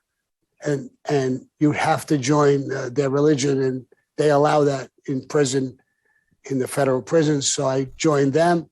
I went in to get tobacco. You weren't allowed to smoke from 2004. I went in really wanting to smoke and steal some tobacco and bring it to my cell. But I got to understand their religion, the way they believe in God. I also, at one point, a friend of mine grabbed me and said, Sammy, you're not an Indian. We do Wicca. Why don't you join our group? And I did. I joined their group as well. So I started to understand different religions, and everybody seems to believe in God. They're just a path. What path do you want to take to get to God? Indians have it. Wicca has it. Muslims have it. Jews have it. Catholics have it. Christians have it. It's just a path. And I believe was there a moment back then, when you're talking about being in the shower and no remorse? I wonder whether there was any moment of, no matter what I feel, I recognize I've crossed over. I've done something. I've sinned in the most profound way possible. And at some point, there will be a price to pay. No, I don't look at it that way. I never felt that way. I still don't think that way. I think that God makes people, creates people, and he creates lions and he creates lambs. I think I'm a lion. And whatever you have to pay, if you have to pay anything, why would he create a lion? If there was a God and he was interested in what was going on, why do little kids get cancer and die? Why do little kids get raped? Why do so many things happen?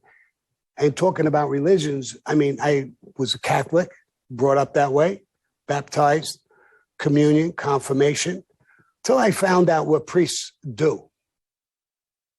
And I had no intention of committing or my crimes to talk to him. I was asked that once by a priest, and I told him, yeah, you want me to tell you what I do? Tell me what you do, and then I'll talk to you about what I do. So I don't believe in religion. I believe in God, but I think religion is bullshit. I think it's all about money. It's all about different things. They commit evil things to good people. So I'm away from religions. I respected the Indian religion, the Wicca religion. It stunned me. It's the only religion that they put a woman above God. The goddess of the moon, the water, and the earth. God is the God of the forest and the mountains. Why do they put, I asked, a woman above God? Because she creates life. She needs a man's seed, but she, in her womb, takes care of life and then gives birth and creates life. I understand that. I'm somebody with common sense. If you make sense to me in a certain way, I understand it. So I understood that religion. Now, a lot of people will not be happy with me saying this, but of course, they call it a pagan religion. They call it all kinds of things. It was before the Christianity, even. And I understand that part about a woman giving birth and creating life. Well, So I know. special. I mean, I've read that unlike some in the mob, you were a family man in the midst of all this. You went home and had dinner with your wife and your two kids each night. Your daughter, Karen, has talked about that publicly many times. And so there has been this respect for your family members, for your wife, for your daughter, in a way that even the people who were in the mob said, for example, John Gotti would go out carousing with other women after hours and you would go home to your family. That piece of your commitment, of your life, you honored. Despite what was happening on the other front. And I know that you don't see these as real, as murders, in the same way a soldier doesn't commit a murder when he kills somebody. This is how an FBI agent explained it in one public interview, that a soldier would not be murdering. You don't see your kills as murders because there was a code behind them, because you say the people you killed had sort of agreed to live by this code and die by this code. And on that note, that heavy note, let me pause it, okay? Because I want to get into that next, and that's a whole other chapter for us. So stand by. Let me squeeze in a commercial break and much, much more with Sammy the Bull Gravano as he stays with us for the whole show. Fascinating story to tell. So, Sammy, it was actually a quote that I was reading, not from an FBI agent. It was from Terrence Winter, who the audience may know as the executive producer of The Sopranos, and he also did Boardwalk Empire. And he took part in a documentary about you and said the following: many mobsters consider what they do almost military in nature. They consider themselves soldiers, so they rationalize a lot of really bad behavior. You wouldn't think about calling a soldier at war a murderer. So therefore, if they're a soldier and they're at war, they're not murderers either. They're just doing their job. Does that capture the mentality? I believe so. 100%. I watched a program one time. During World War II, we dropped an atom bomb, not atomic bomb, but an atom bomb, twice, not once, twice. But I saw the guy who was in the plane and over Hiroshima or somewhere, and he pressed the button. And it killed 100,000 people, men, women, and children, in a split second. And they were patting him on the back that he did a great job. The war was ended early because of those things. And if I was talking to the guy, I would say, listen, you did a great job. Great military guy. You fought for the country. You did what you were supposed to do. How do you feel now, knowing you just killed 100,000 people, men, women, and children? Does that bother you at all? And I'm sure he would tell me no, because he was fighting for the country. He was fighting for what he thought was right. In the mafia, it's not a gang no more. It's part of my heritage. It came from Italy, Sicily. It started in Sicily and it came to this country. So it's part of my heritage. So it's not just a gang. A gang is, killing in a gang or doing certain things for a drug spot is a different thing. But this is a soldier. It was explained to me. I was involved in the Johnny Keys hit. It was a major, major hit. And he was a guy who had 50 hits under his belt. And me and him were going to go at each other. And it was explained to me that we were like two samurais. Now, I understand a samurai is a different thing than us. They're actually more violent than us. But I really felt that way, that we were two samurais who met on the battlefield. What about, let me ask you a couple of follow-ups on that. So obviously when we dropped the bomb at the end of World War II, they estimated that we saved somewhere upwards of 25, 30 million lives by putting an end to World War II when the Japanese would not surrender. And so, I'm not defending the killing of 100,000 people exactly, but in a way I am, because it was the right decision. It saved far more lives than it actually cost. But in the mafia, and I can get it if the guy was going to kill you. Let me answer your question. Let me answer that question. The people who say that it saved 25 to 30 million lives was who? The government? Of course they're going to say that. I mean, independent analysts to take a look at, who've taken a look at this ad nauseum since the end of World War II will tell you that the lives saved far, far outnumbered the lives cost. Doesn't make it not controversial, but you can't talk about it without adding that perspective. But I mean, the thing about the mafia, and I can understand if a guy was going to kill you, I mean, even the law recognizes, maybe not exactly the way that you would do it, but what recognizes a right to self-defense. But, it seems like it was a whole criminal justice system that you guys agreed to, where, you sleep with the guy's wife, you could get whacked. You interfere with my business, you could get whacked. It basically is just whatever the head of the crime family wants. And the guy doesn't show up like a samurai face to face in a meeting where you fight it out to the death. He just gets in the car with you. He gets whacked in the back of the head. So I'm interested in the moral, the way you thought about those kind of differences morally. Well, morally, I don't know if to me, if it makes a difference, if you kill somebody on a battlefield or you kill somebody in the car, or whether you use a gun or whether you use a knife or whether you use poison, dead is dead. You just took a life. It doesn't matter how you take it. You can beat somebody to death. You could fight. You could win a fight. You can go overboard and just beat this person to death. So you just took a life. No matter how it is, whether it's more gory about the means. Okay, you're talking about the means. Yeah, the means of how you're doing it. I don't know if it makes any difference. Now they want to take guns away from everybody because there's a shooting. I mean, if there's not a shooting, you want to take guns away from everybody. You get some sicko. So he goes in with a bomb and he blows half the school up and he kills more people, actually, than he using a gun. Does that make you happy that you didn't have a gun? So I don't think the means of what you use is that important. You're taking a life, whatever it is, whatever your reason is, whatever the senses look at later on, you're taking a life, whether it's on a battlefield, in the street, no matter how you do it or what you do, you're taking a life, bottom line. But we have excuses for how you do it. If me and him were in a battlefield in the street, we, like years ago, and we back up and we pull out a gun, from the side and we both shoot at each other. You're taking a life. What's the difference how you do it? Dead is dead. My brother-in-law had a good saying. You get hit by a car and you're all crunched up, bleeding. All your bones are busted up and you're dying.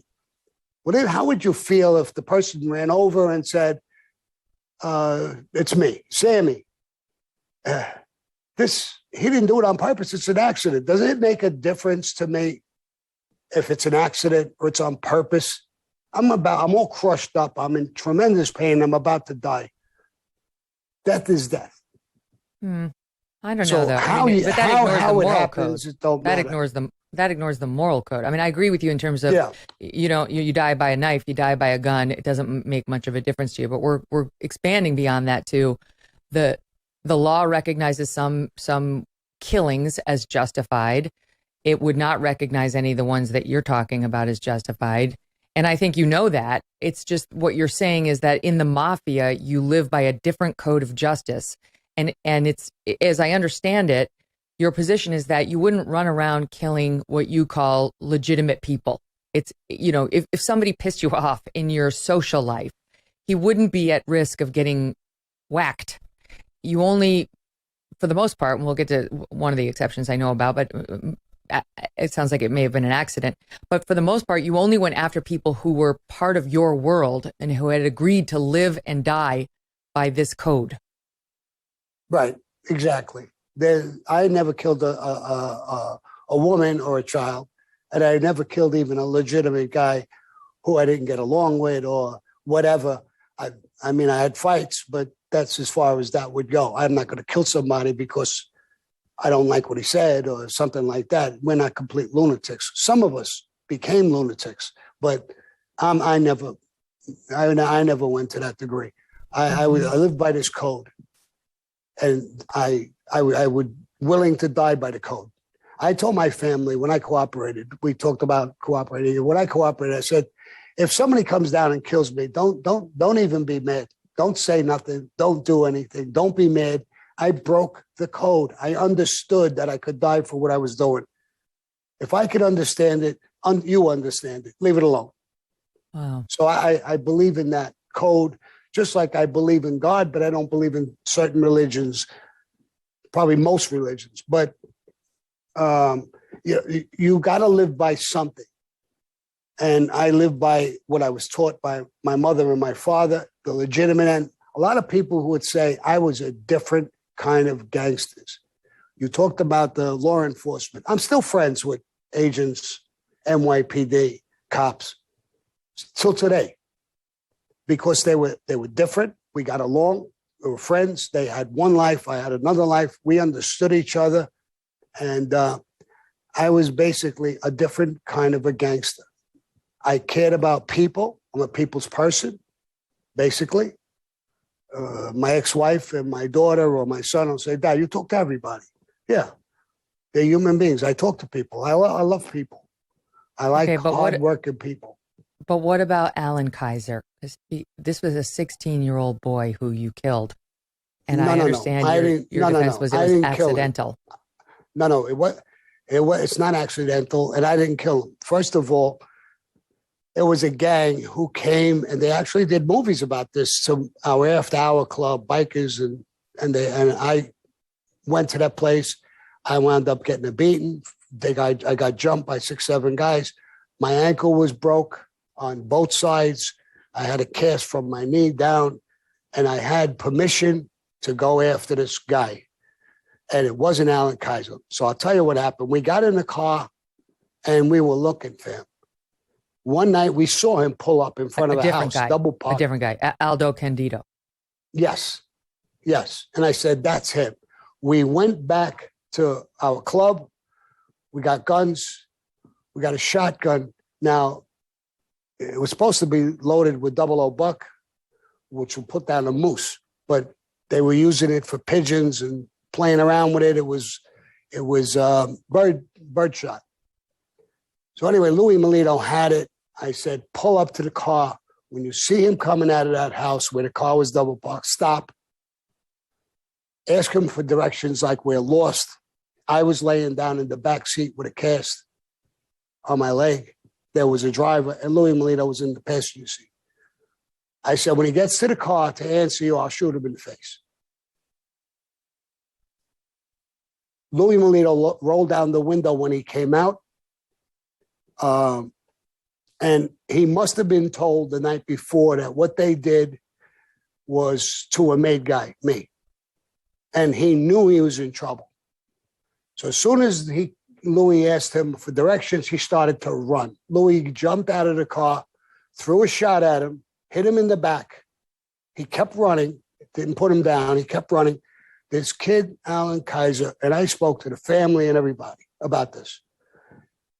He was 16. We didn't know he was 16. He wasn't a target, wasn't in the hit, wasn't supposed to get hit, no accident. He ran at Louis Melito. He might have been part of that gang. I don't know. The driver yelled to Louis Melito, guy coming at you. He turned around with the shotgun inches away from the guy and shot him in the chest. When he went down, he put the shotgun to his head, pulled the trigger again, and killed him. We found out the next day that he was 16 years old. We were in shock. It was terrible. 16.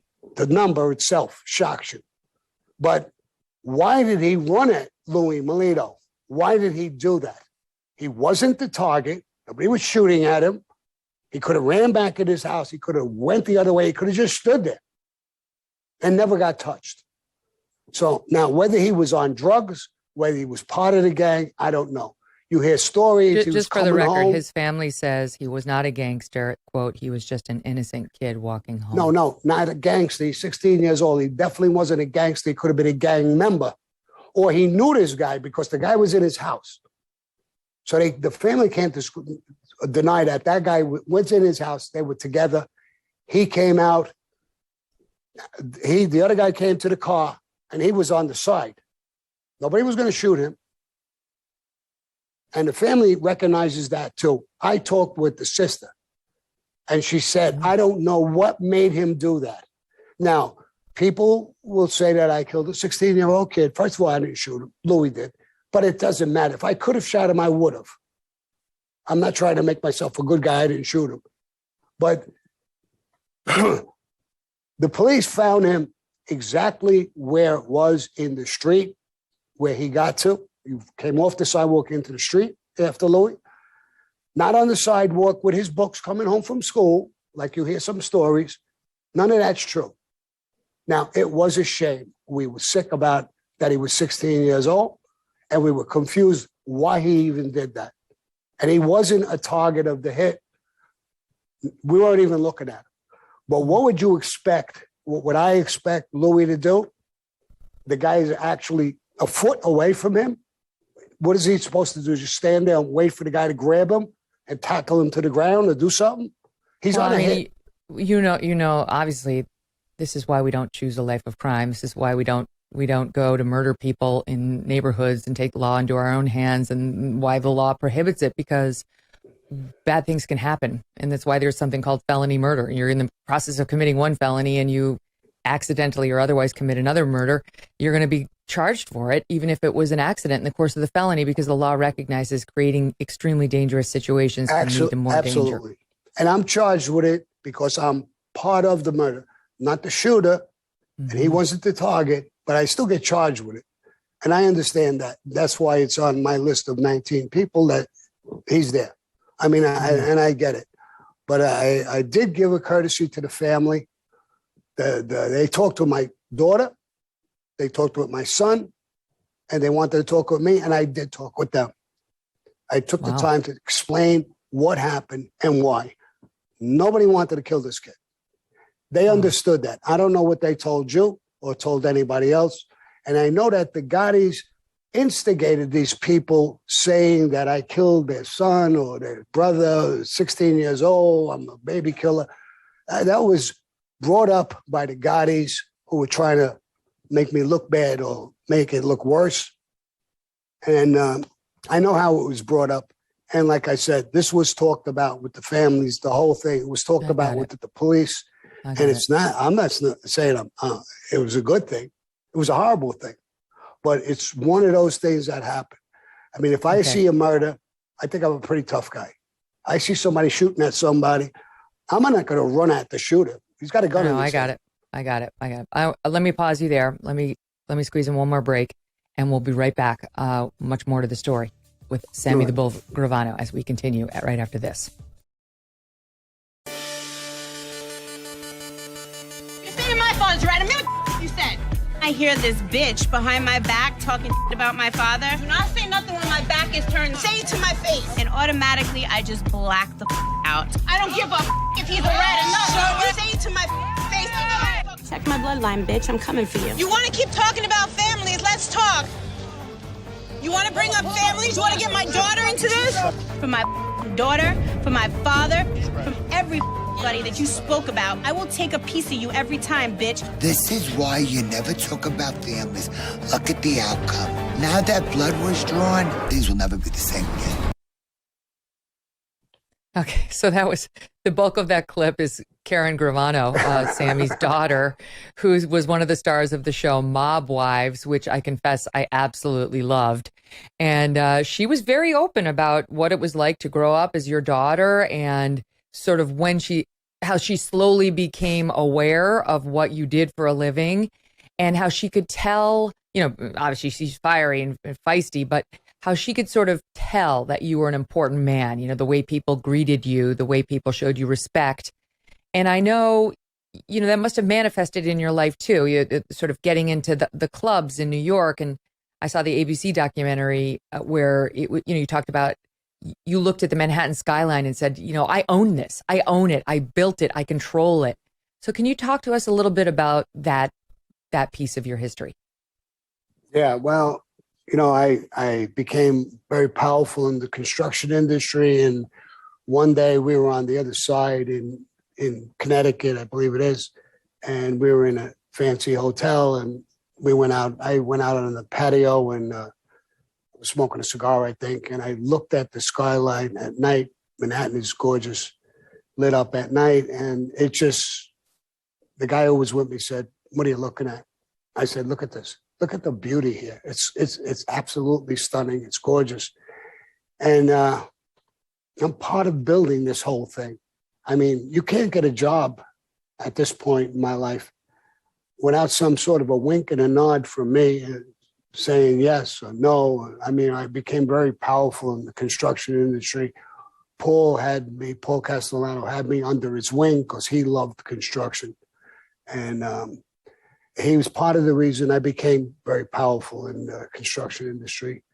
And he enjoyed using me to run certain unions and do certain things for him. And I loved what I was doing as far as the construction. And I should mention, because you mentioned Paul Castellano, so because you had sort of started with a different crime family and then eventually moved over to the Gambino crime family. And that's the family that Paul Castellano for a time was the head of. And you would later become part of his assassination. Yes. But before we get to that, so you're living large. You're living large in New York, and this was a time. I mean, it's a weird question, but to what extent did that film, The Godfather, affect people's view of the mafia and your own experience within the mafia? Because when I was growing up, you knew about the mafia, but there definitely was a glorification around it. It seemed like, oh, they hurt people, but maybe mostly their own people. But that's not really true. I mean, the extortion was on regular folks too. And yet they seemed kind of cool and people wanted to rub elbows with them in very high circles. There was speculation about Frank Sinatra and, so on and so forth. So what was your experience of that movie and people's reaction to the mob? Well, that movie stunned me. It was probably one of the best movies I ever watched. It was completely well done. Godfather 1 and Godfather 2. Godfather 3 was a joke. But yeah, because you were in it when this was coming out. You were in it when those movies hit. Yeah, and it showed the family orientation, how we are with family, the weddings. My family had weddings like that, and people would get up and sing, and it was fun. And who was it? Sonny is with one of the bridesmaids in a room upstairs. I mean, that's typical of us, that was really typical of us, all that stuff that happened in that, the agents watching us. And it just gave me a whole different look at the mob and how the people would look at it. And as far as the fascination, I know what it is. Everybody, in my mind anyway, has a fascination, especially men, have a fascination of being a tough guy, going with beautiful women, beautiful cars, making money. You know, fuck the government. I don't want to pay taxes, and I don't want to do this and that and the other thing. So everybody looked at it, and you didn't live that life, but you admired it in a way. You felt a certain way when you watched it. And I watched this new movie that came out, The Offer, how they made The Godfather. Very interesting movie, great movie, with the producers in Hollywood, the whole 9 yards. I mean, just watching these things, the mafia really, you know, when I was in prison a couple of times, ABs, Aryan Brothers, and other gang members came to me and told me, Sammy, tell me about the structure of the mafia. And I would tell them why. You're not the mafia. You're Aryan Brothers. Why would you want to know? And they said, your structure lasted 1,000 years. People admire you guys. Some people wanted to be like you guys. So what's the whole structure about? So I realized then, even them asking me questions like that they admired it themselves and wanted to be like it.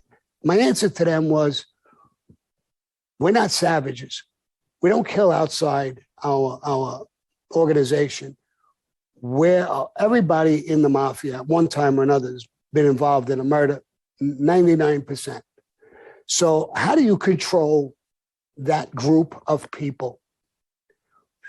If there's no violence within us, if there's no punishments that could cause death, how do you stop them? How do you stop a guy?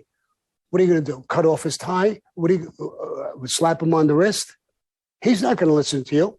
Then he'll do whatever he wants to do. Then there'll be no control. We'll be no better than a gang. And that's what I would tell some AB guys and stuff like that. You have to have rules. You have to have ideas. You know, there was a conversation I just had recently about, I was in Paul Castellano's house, and the union, which we control, the association and the union for the garbage, and there was a massive strike. It was on television. There was garbage piled up everywhere. I came in, and he told me to sit down. The maid got me a cup of coffee, and he said, send for Jimmy Brown and the people who are running the union and the association. So we sat there for a while, 15 minutes, 20 minutes. Those guys came in. Jimmy Brown was a captain. The other guy was a maid guy. And he said, look at this television. He said, what are we, animals? Pick up that garbage from schools, from hospitals, from old age homes. We'll win the strike. But what are we, animals? Over money? Over winning? We'll win. Pick up that goddamn garbage. It struck me in a way that here's the boss of bosses, Paul Castellano. He was the boss of bosses. He was the head of the commission. Saying something like that, caring about children, hospitals, old age homes, that they would be infected with garbage or whatever. It gave me a different look at things. And those are good things that I saw. There's evil things I saw. There's people who borderline got to like killing and became serial killers like a Roy DeMeo or Gas Pipe and people like that. And we killed them because they became that. So we don't believe in pedophiles, rapists, serial killers. We want to get rid of that. When I was in my neighborhood, the whole neighborhood, I would say, this is my neighborhood. People I don't even know. Maybe you lived in there. I didn't even know you. You're a beautiful woman. You'd walk down the block. My guys, I would tell them, this is not a construction site. Don't hoot and howl. Don't do anything when you see her. She's part of our community. They're us. nobody's going to touch her. Her husband knew she was beautiful. He'll tell her, go right past Sammy's Club. Don't worry about it. He said that because he knew she was safe. We wouldn't let nothing happen to her. Around the block, only God knows what happens. So we lived a different way. And I think that touched the public in a certain way. They didn't agree with the violence, but we were different. We were a different type of an organization, criminal organization. I'll call it criminal because it is. You know, we would take, like you say, from every industry, but we took a little bite out of every industry. We screwed the government out of taxes. Yeah. We screwed insurance companies. Yeah. We didn't feel any guilt about that because they screwed people all the time.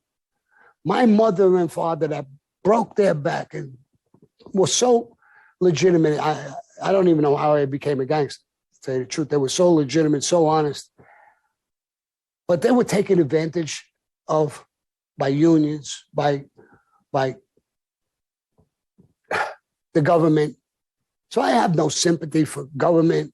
I have no sympathy for insurance companies who sometimes go overboard and people are sick and, oh no, we're not going to pay that claim, or we're not going to do this, or we're not going to do that. I'm not saying all of them. There's some really good people, honest people out there in every industry, and there's some bad people in every industry. So, you know, I have mixed feelings with a lot of these things. And what about like the ma and pa shop owner on the corner who are just trying to make ends meet and they got to pay extra money every month for security or, you know, for permission from you guys to do what is their legal right to do, or else? Never happened. Right? Never happened. Never happened as far as I'm concerned. Never happened. All the mom and pop stores knew my mother, my father, me, my family. It was a community. What if you're worried about the mom and pop stores, I'll tell you what crushed them is big corporations. Well, liberal elites, of course, get these big corporations and crush them. You know, I had a little milk farm, they called it. It's a little grocery store at one point in my life. And I bought Pampers wholesale. And I put them for a cheap number. I wasn't making any money, just as a draw for people. So I sent my partner, my Gumbada alley boy, Como, go to the supermarket, see what they're charging. When he came back, he said, Sammy, they're charging like less than we're paying for them wholesale. So I said, how could they do that? He said, well, number one, they're buying tons of stuff. I wasn't. I was buying 2 cases.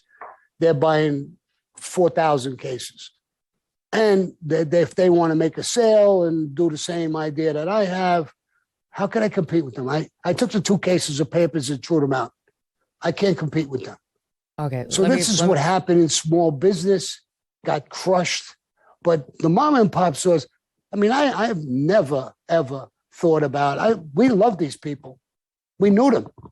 We went to a bakery, a fruit and vegetable store. Those things don't even exist anymore. But you guys, you didn't charge people for security, saying no, not security. Never. No. Well, No. for something though. I mean, I remember I have some personal knowledge on this because in another life before I was a journalist, I was a lawyer, and the lawyer I worked for at this law firm, Jones Day, was charged with enforcing a consent decree that the mob had entered into in New York City.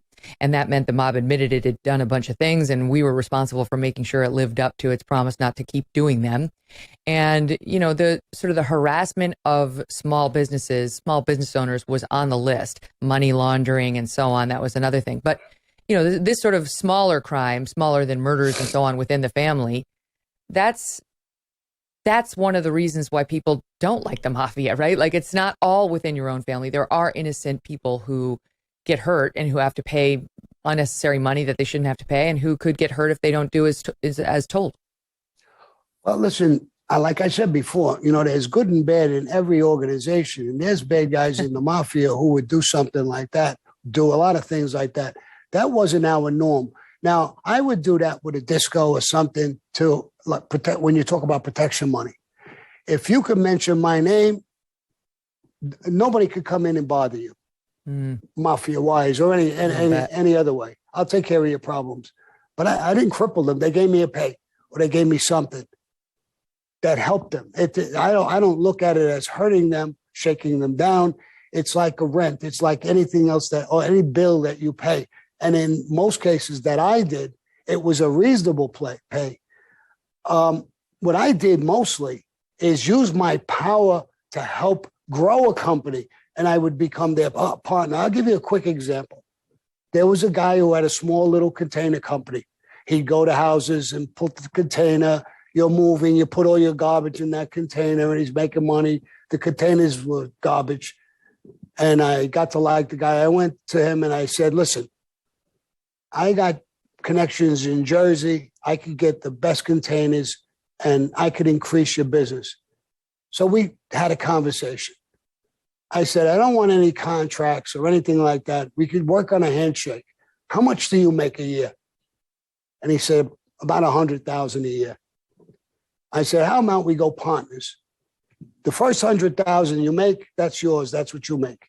Anything above that, me and you are partners, and I could get you more work. I could get you better containers. So we did that. We shook hands and we did that. At the end of the year of our partnership, I says, how did we do? What'd you make? He said, Sammy, I made $400,000 this year. All right. The first $100,000 is yours. The other $300,000. But the allegation against you by your critics is that nobody should have accepted this kind of an offer from you, because if they wanted to renegotiate or if they wanted a bigger piece of the pie, you would kill them. No, it's not true. That is not true. I've never killed a partner. Listen, what we're talking about happened 40, 50 years ago. And if you came to my office, I'll show you 14, 15 different letters of people who were partners with me and knew me back then are sending me love letters. And I'm not talking about women, men. Sammy was great. I watch your podcast. I hope you make it. Our partnership was great. So I don't know what would happen to the guys for whom it wasn't great? What would happen to the guys who said, I don't like the deal and I actually want to break up? And I didn't care. The guy with the container business, after a couple of years when I grew and I was making so much money, I gave him the business back. I didn't charge him a penny. I walked away. This is yours. I did it with the guy named Joe Madonia with the Ace Partition. We had 200 carpenters. When I grew in status, I said, Joe, I loved you. I made a ton of money with you. It's yours. It's all yours now. And if anybody bothers you, get in touch with me. And if I could get you some big work, give me a piece.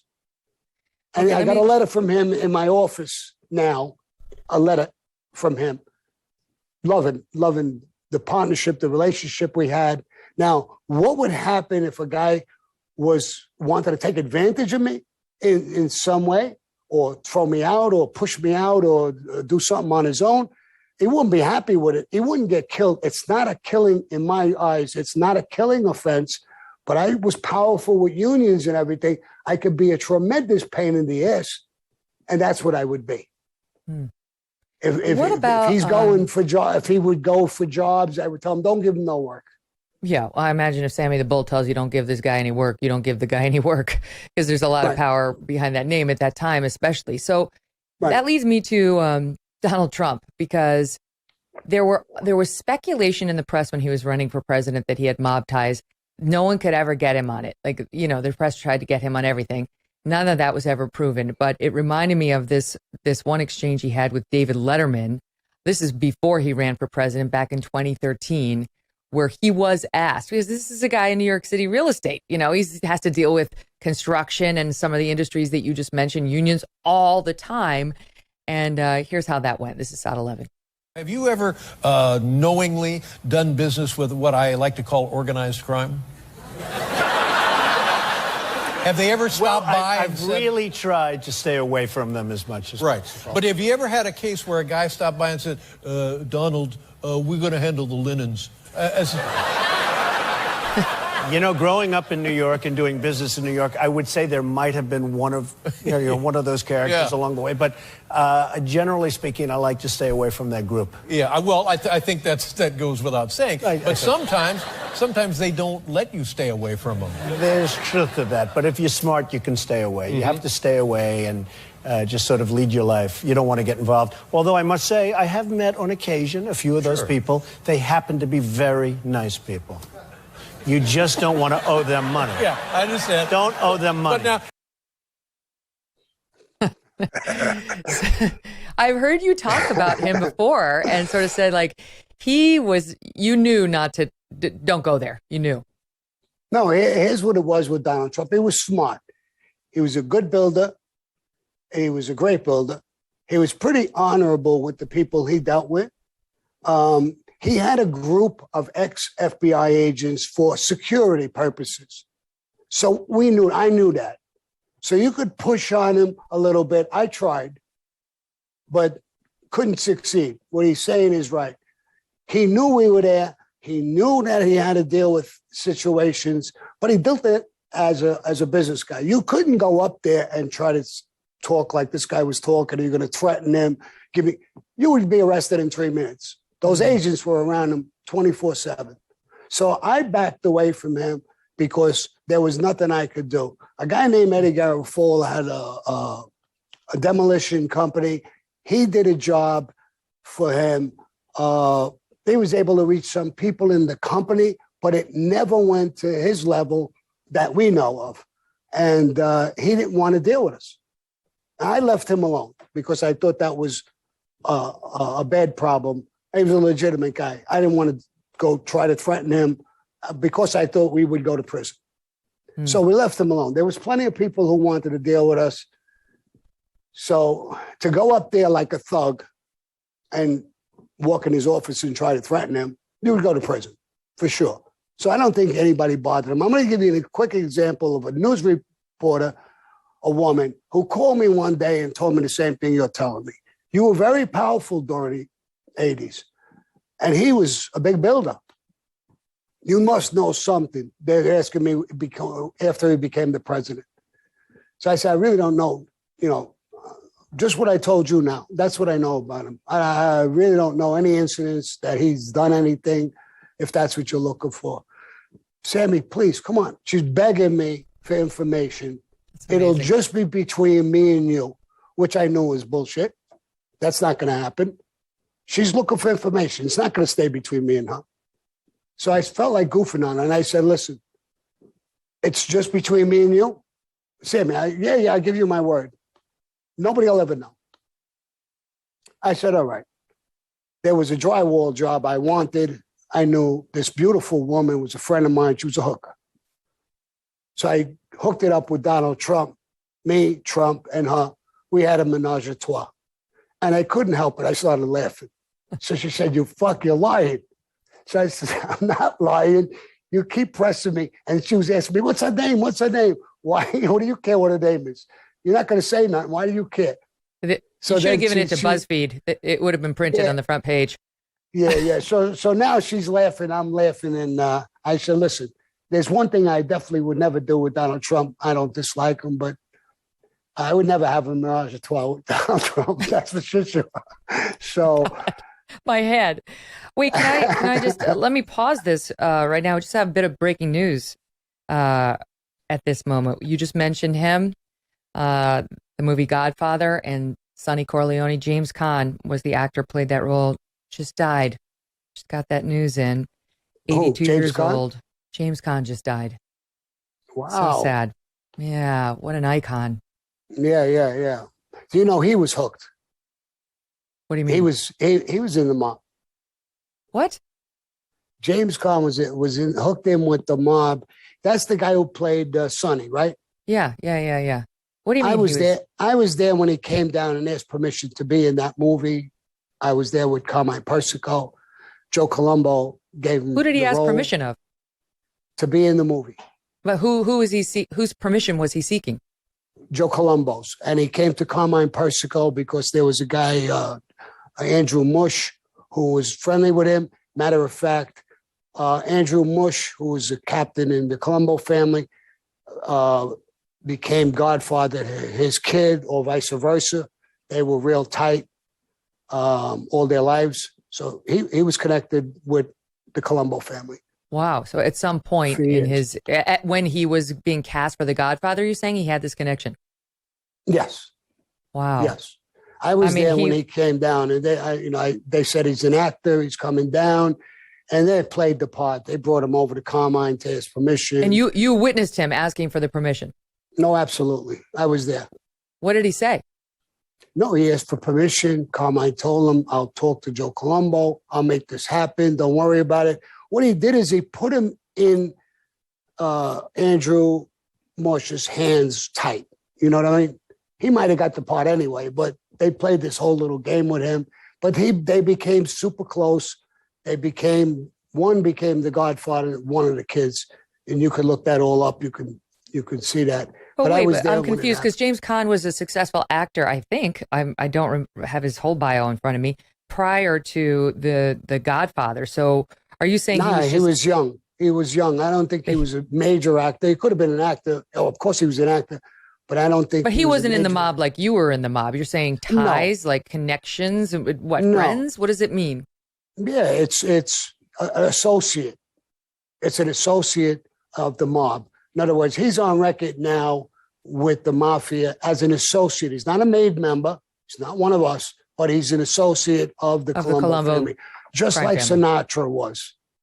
He was too, you say. I mean, of course, there's been rumors about this for years, but you're saying that without a doubt, they're true. You know, when we took over, John Gotti and me, and John Gotti was a fucking egomaniac, and he was in a restaurant. Sinatra had come in, and he didn't say nothing to John. He was going to buy him a bottle of wine or something. John refused it. And he sent this guy, Joe Watts, over to Sinatra and tell him, whenever you come in a restaurant, you see John Gotti, you come over and you kiss his hand. Oh, boy. And now Sinatra went to where he's supposed to go, to the Genovese family, because that's where he was for years, this guy, Frankie Blue Eyes. And Chin Gigante, I was there when he got in touch with us and told John, you know, bro, he's always been with us. What do you send somebody over to abuse him? He does a lot of favors. It's not us, but he's my dog, bro. If you need a favor, he'll do it. Don't go sending people over and threaten them in front of people. And so, I mean, how much more? I mean, and I always knew it, but I'm giving you that example where he was abused by this Joe Watts on John's orders. And the Genovese family came right out of the woodwork and protected him. And I should say, I mean, with respect to James Caan, of course, we haven't had the chance to reach out to anybody in his camp and ask these questions. And they're quite clearly going to be in mourning today. Andrew, ask for Andrew Russo. They used to call him Andrew Mush, if he's related to him. Okay. I will say I knew James Caan just a bit personally through a mutual friend, and he was an absolute gentleman and completely kind and lovely. Yeah.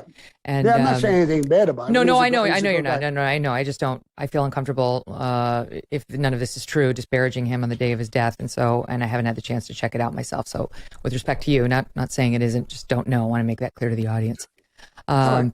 But that's unfortunate. It's sad to have lost him. His work in The Godfather earned him an Academy Award nomination, a Golden Globe nomination, and of course a place in all of our hearts, because he was this firebrand who was tortured and I think just did such a brilliant job of portraying what one might go through if one were born into such a family, or in your case, willingly joined, quote, the family. Before we leave that subject, did your wife, I always wonder about the wives. Like, did your wife know everything? I know she knew you were in the Mafia, but did she know, about murders? Did she know all that? No, absolutely not. I never told my wife anything about the Mafia, and it was my way of protecting her. She always, in other words, in my opinion, could turn around if she was ever questioned by the feds or anybody, she could say, I don't know, legitimately. I'm not going to give her information, especially about murder, something like that. I'd have to be out of my mind to do something like that. But she knew I was in the Mafia, but she didn't know any of that. Either did my kids. I was a family man. I lived two lives. At home, I was a father, a husband. When I made money, I bought a farm. We put horses on the farm. It was a family life. When I drove to that place, I left the mafia behind me. When I got off the highway, it was in Jersey, Cream Ridge, New Jersey, and smelt the trees, the grass. I was like a different person. Yeah, that's the farm. Yeah. Wow. And it was a 30-acre farm. We turned it into a horse farm.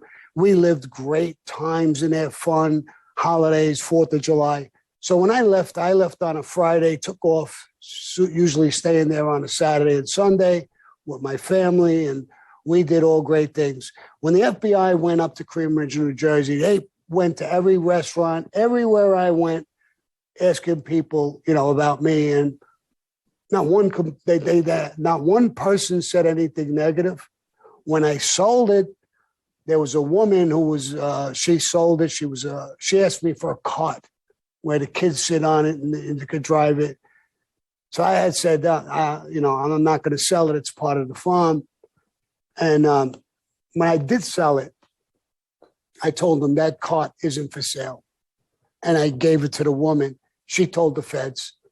That's how he dealt with me. He never offered me money under the table or doing anything, but he gave me this cart for my grandchildren. Mm-hmm. And a matter of fact, as soon as I'm done with this conversation, I'm going to get in touch with him, and I'm going to tell him that you're here asking me questions. So I was a different animal there. Yeah, well, no, I mean, your kids talk about you in this way. It's part of what makes you fascinating, the dichotomy between your professional life and your home life. And up next, in our last segment together, I want to get into turning on Gotti, going into witness protection, and your job that you did while that happened, plastic surgery, and then how you wound up back in prison and then free again. Okay, so don't miss that. Stay with us for one more segment as Sammy the Bull Gravano continues with us right after this quick break.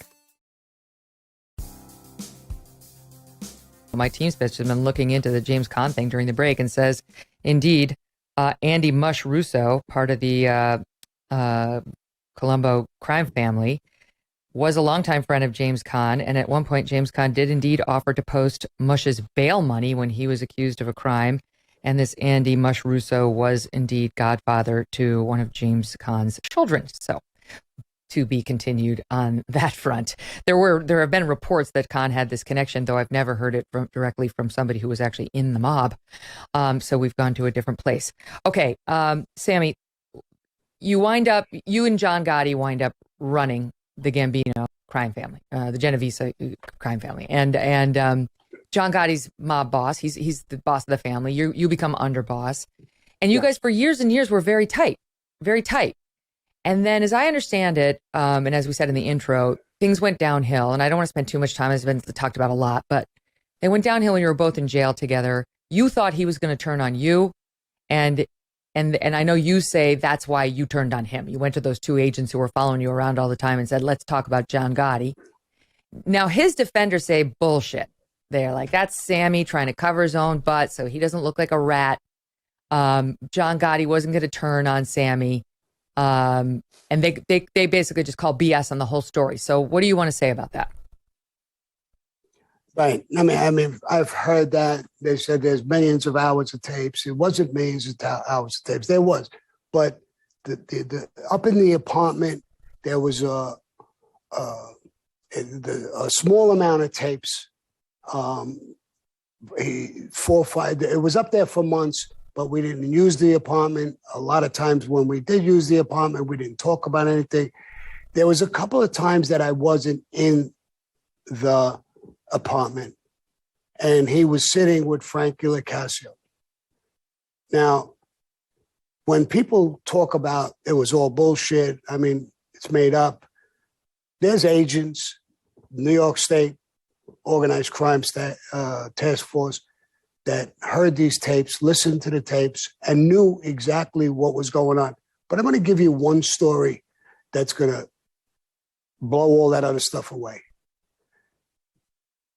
The judge got rid of our lawyers, Jerry Shargell and Bruce Cutler, and we had to get new lawyers. One of the lawyers that we brought in did an interview, and you could check this out in an article with Jerry Capisi. He did an interview with Jerry Capisi and told him this. I was brought in to be the lawyer for John. And he told John, I was in that meeting, it was a lawyer's meeting. He said to John,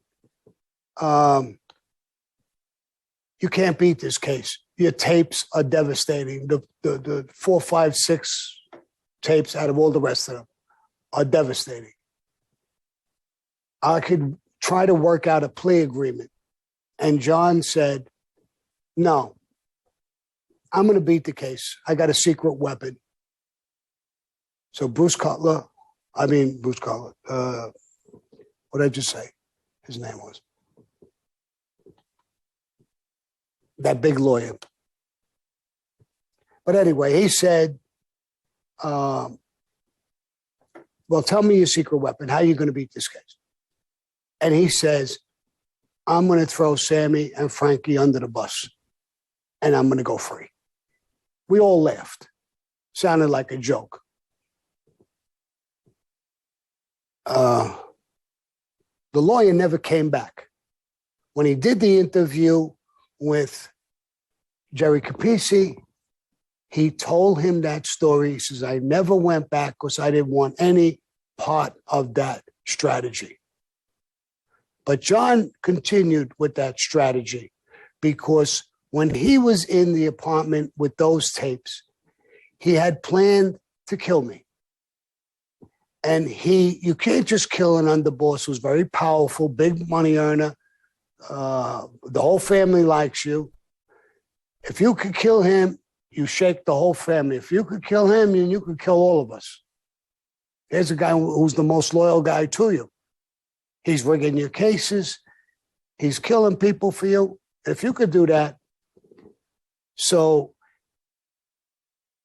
all of the things he was telling Frankie to talk about to the captains, to prepare.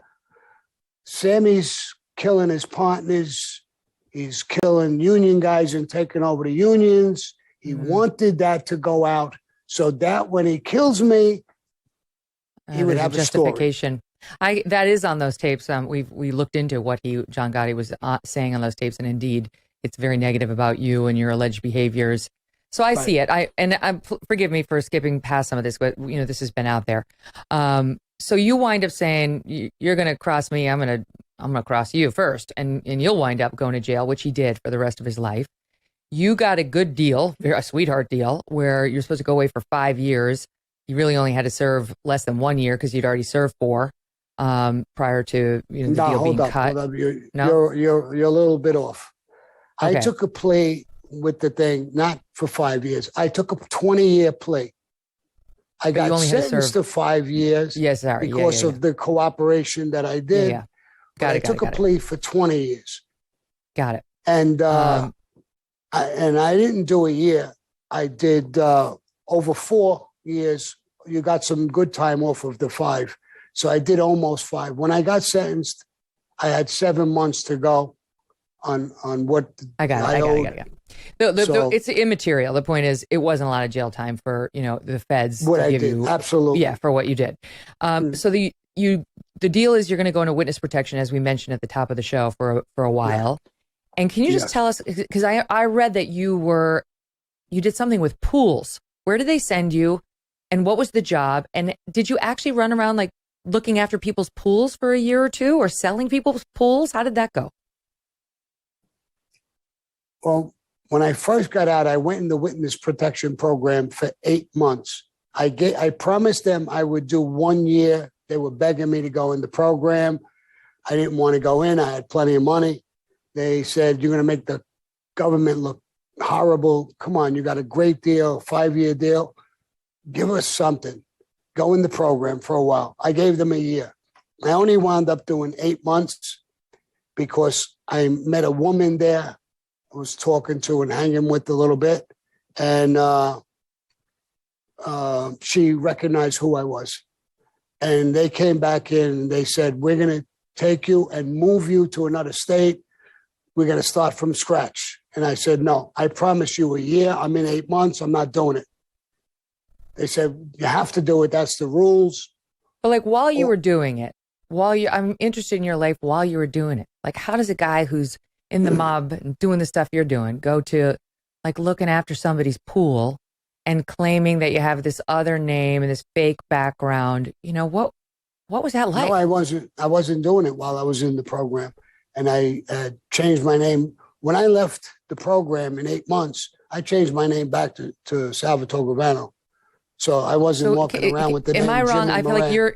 you don't like the fact that you were in this program at all. Is that because it violates like the mob code? It makes you sound No. Not I tough? didn't want to be in it. What am I going to do there?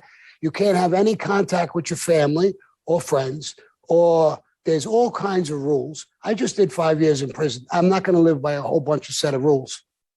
So I gave them that 1 year. You could bounce me around, change my name, do what you want with me, and then I'm done with you. I'm out of prison.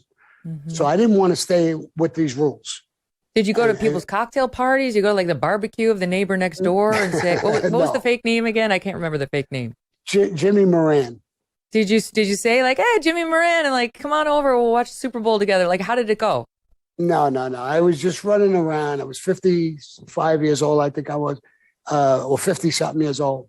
And I was there. It was in a college town. I wound up in Colorado. And it was Boulder, Colorado. It's a college town. And I was hanging out there.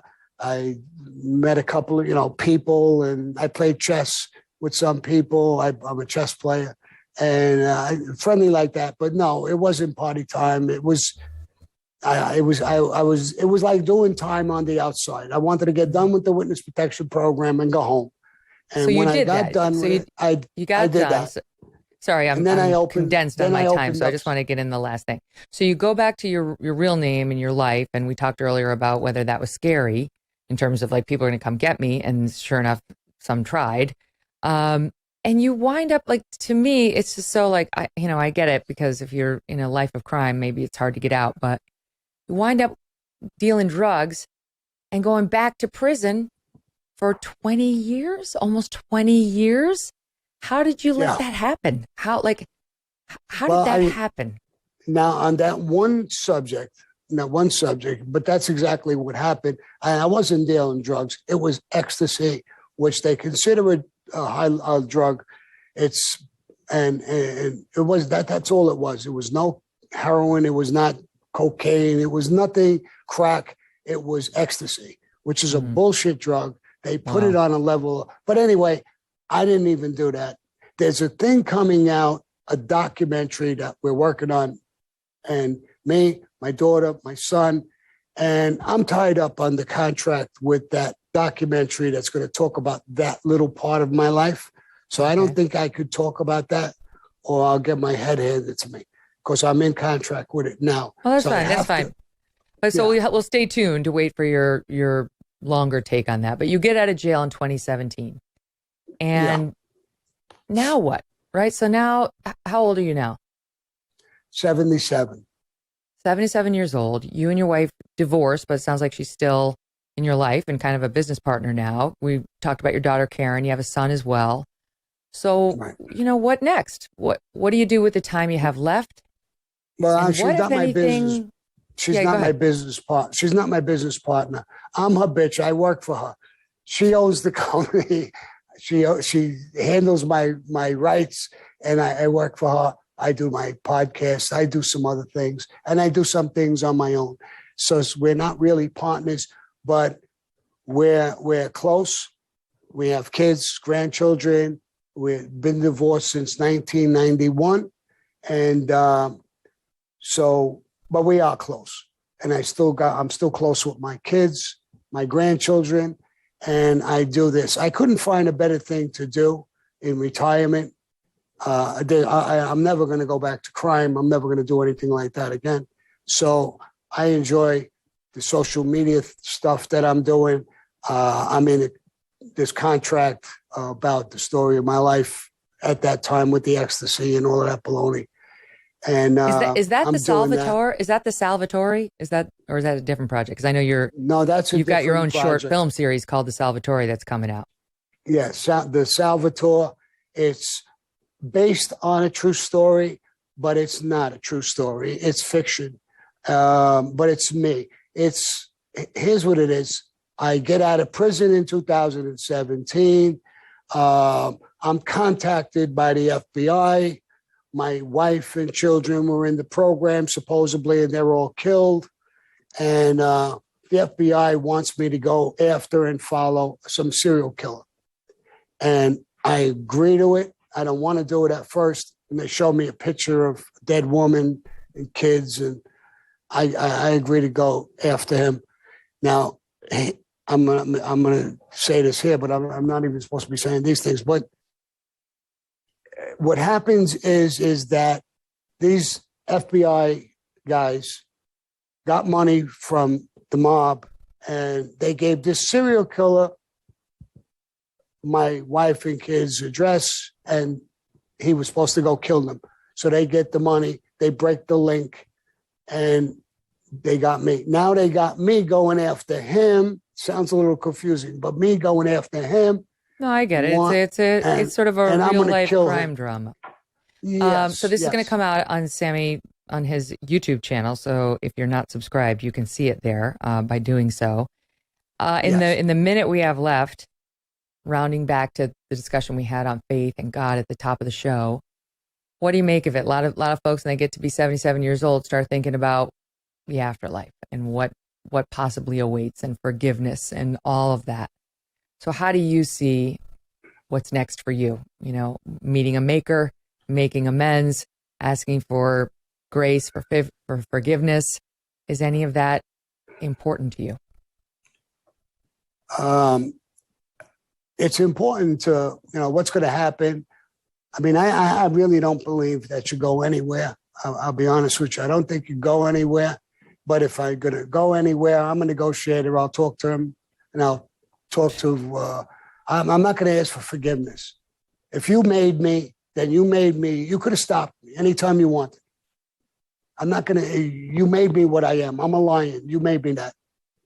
So if you wanted to stop me, you could stop me anytime you want. I'm not going to ask for forgiveness. I did what I did in an honorable way, if you could call it that, in my eyes.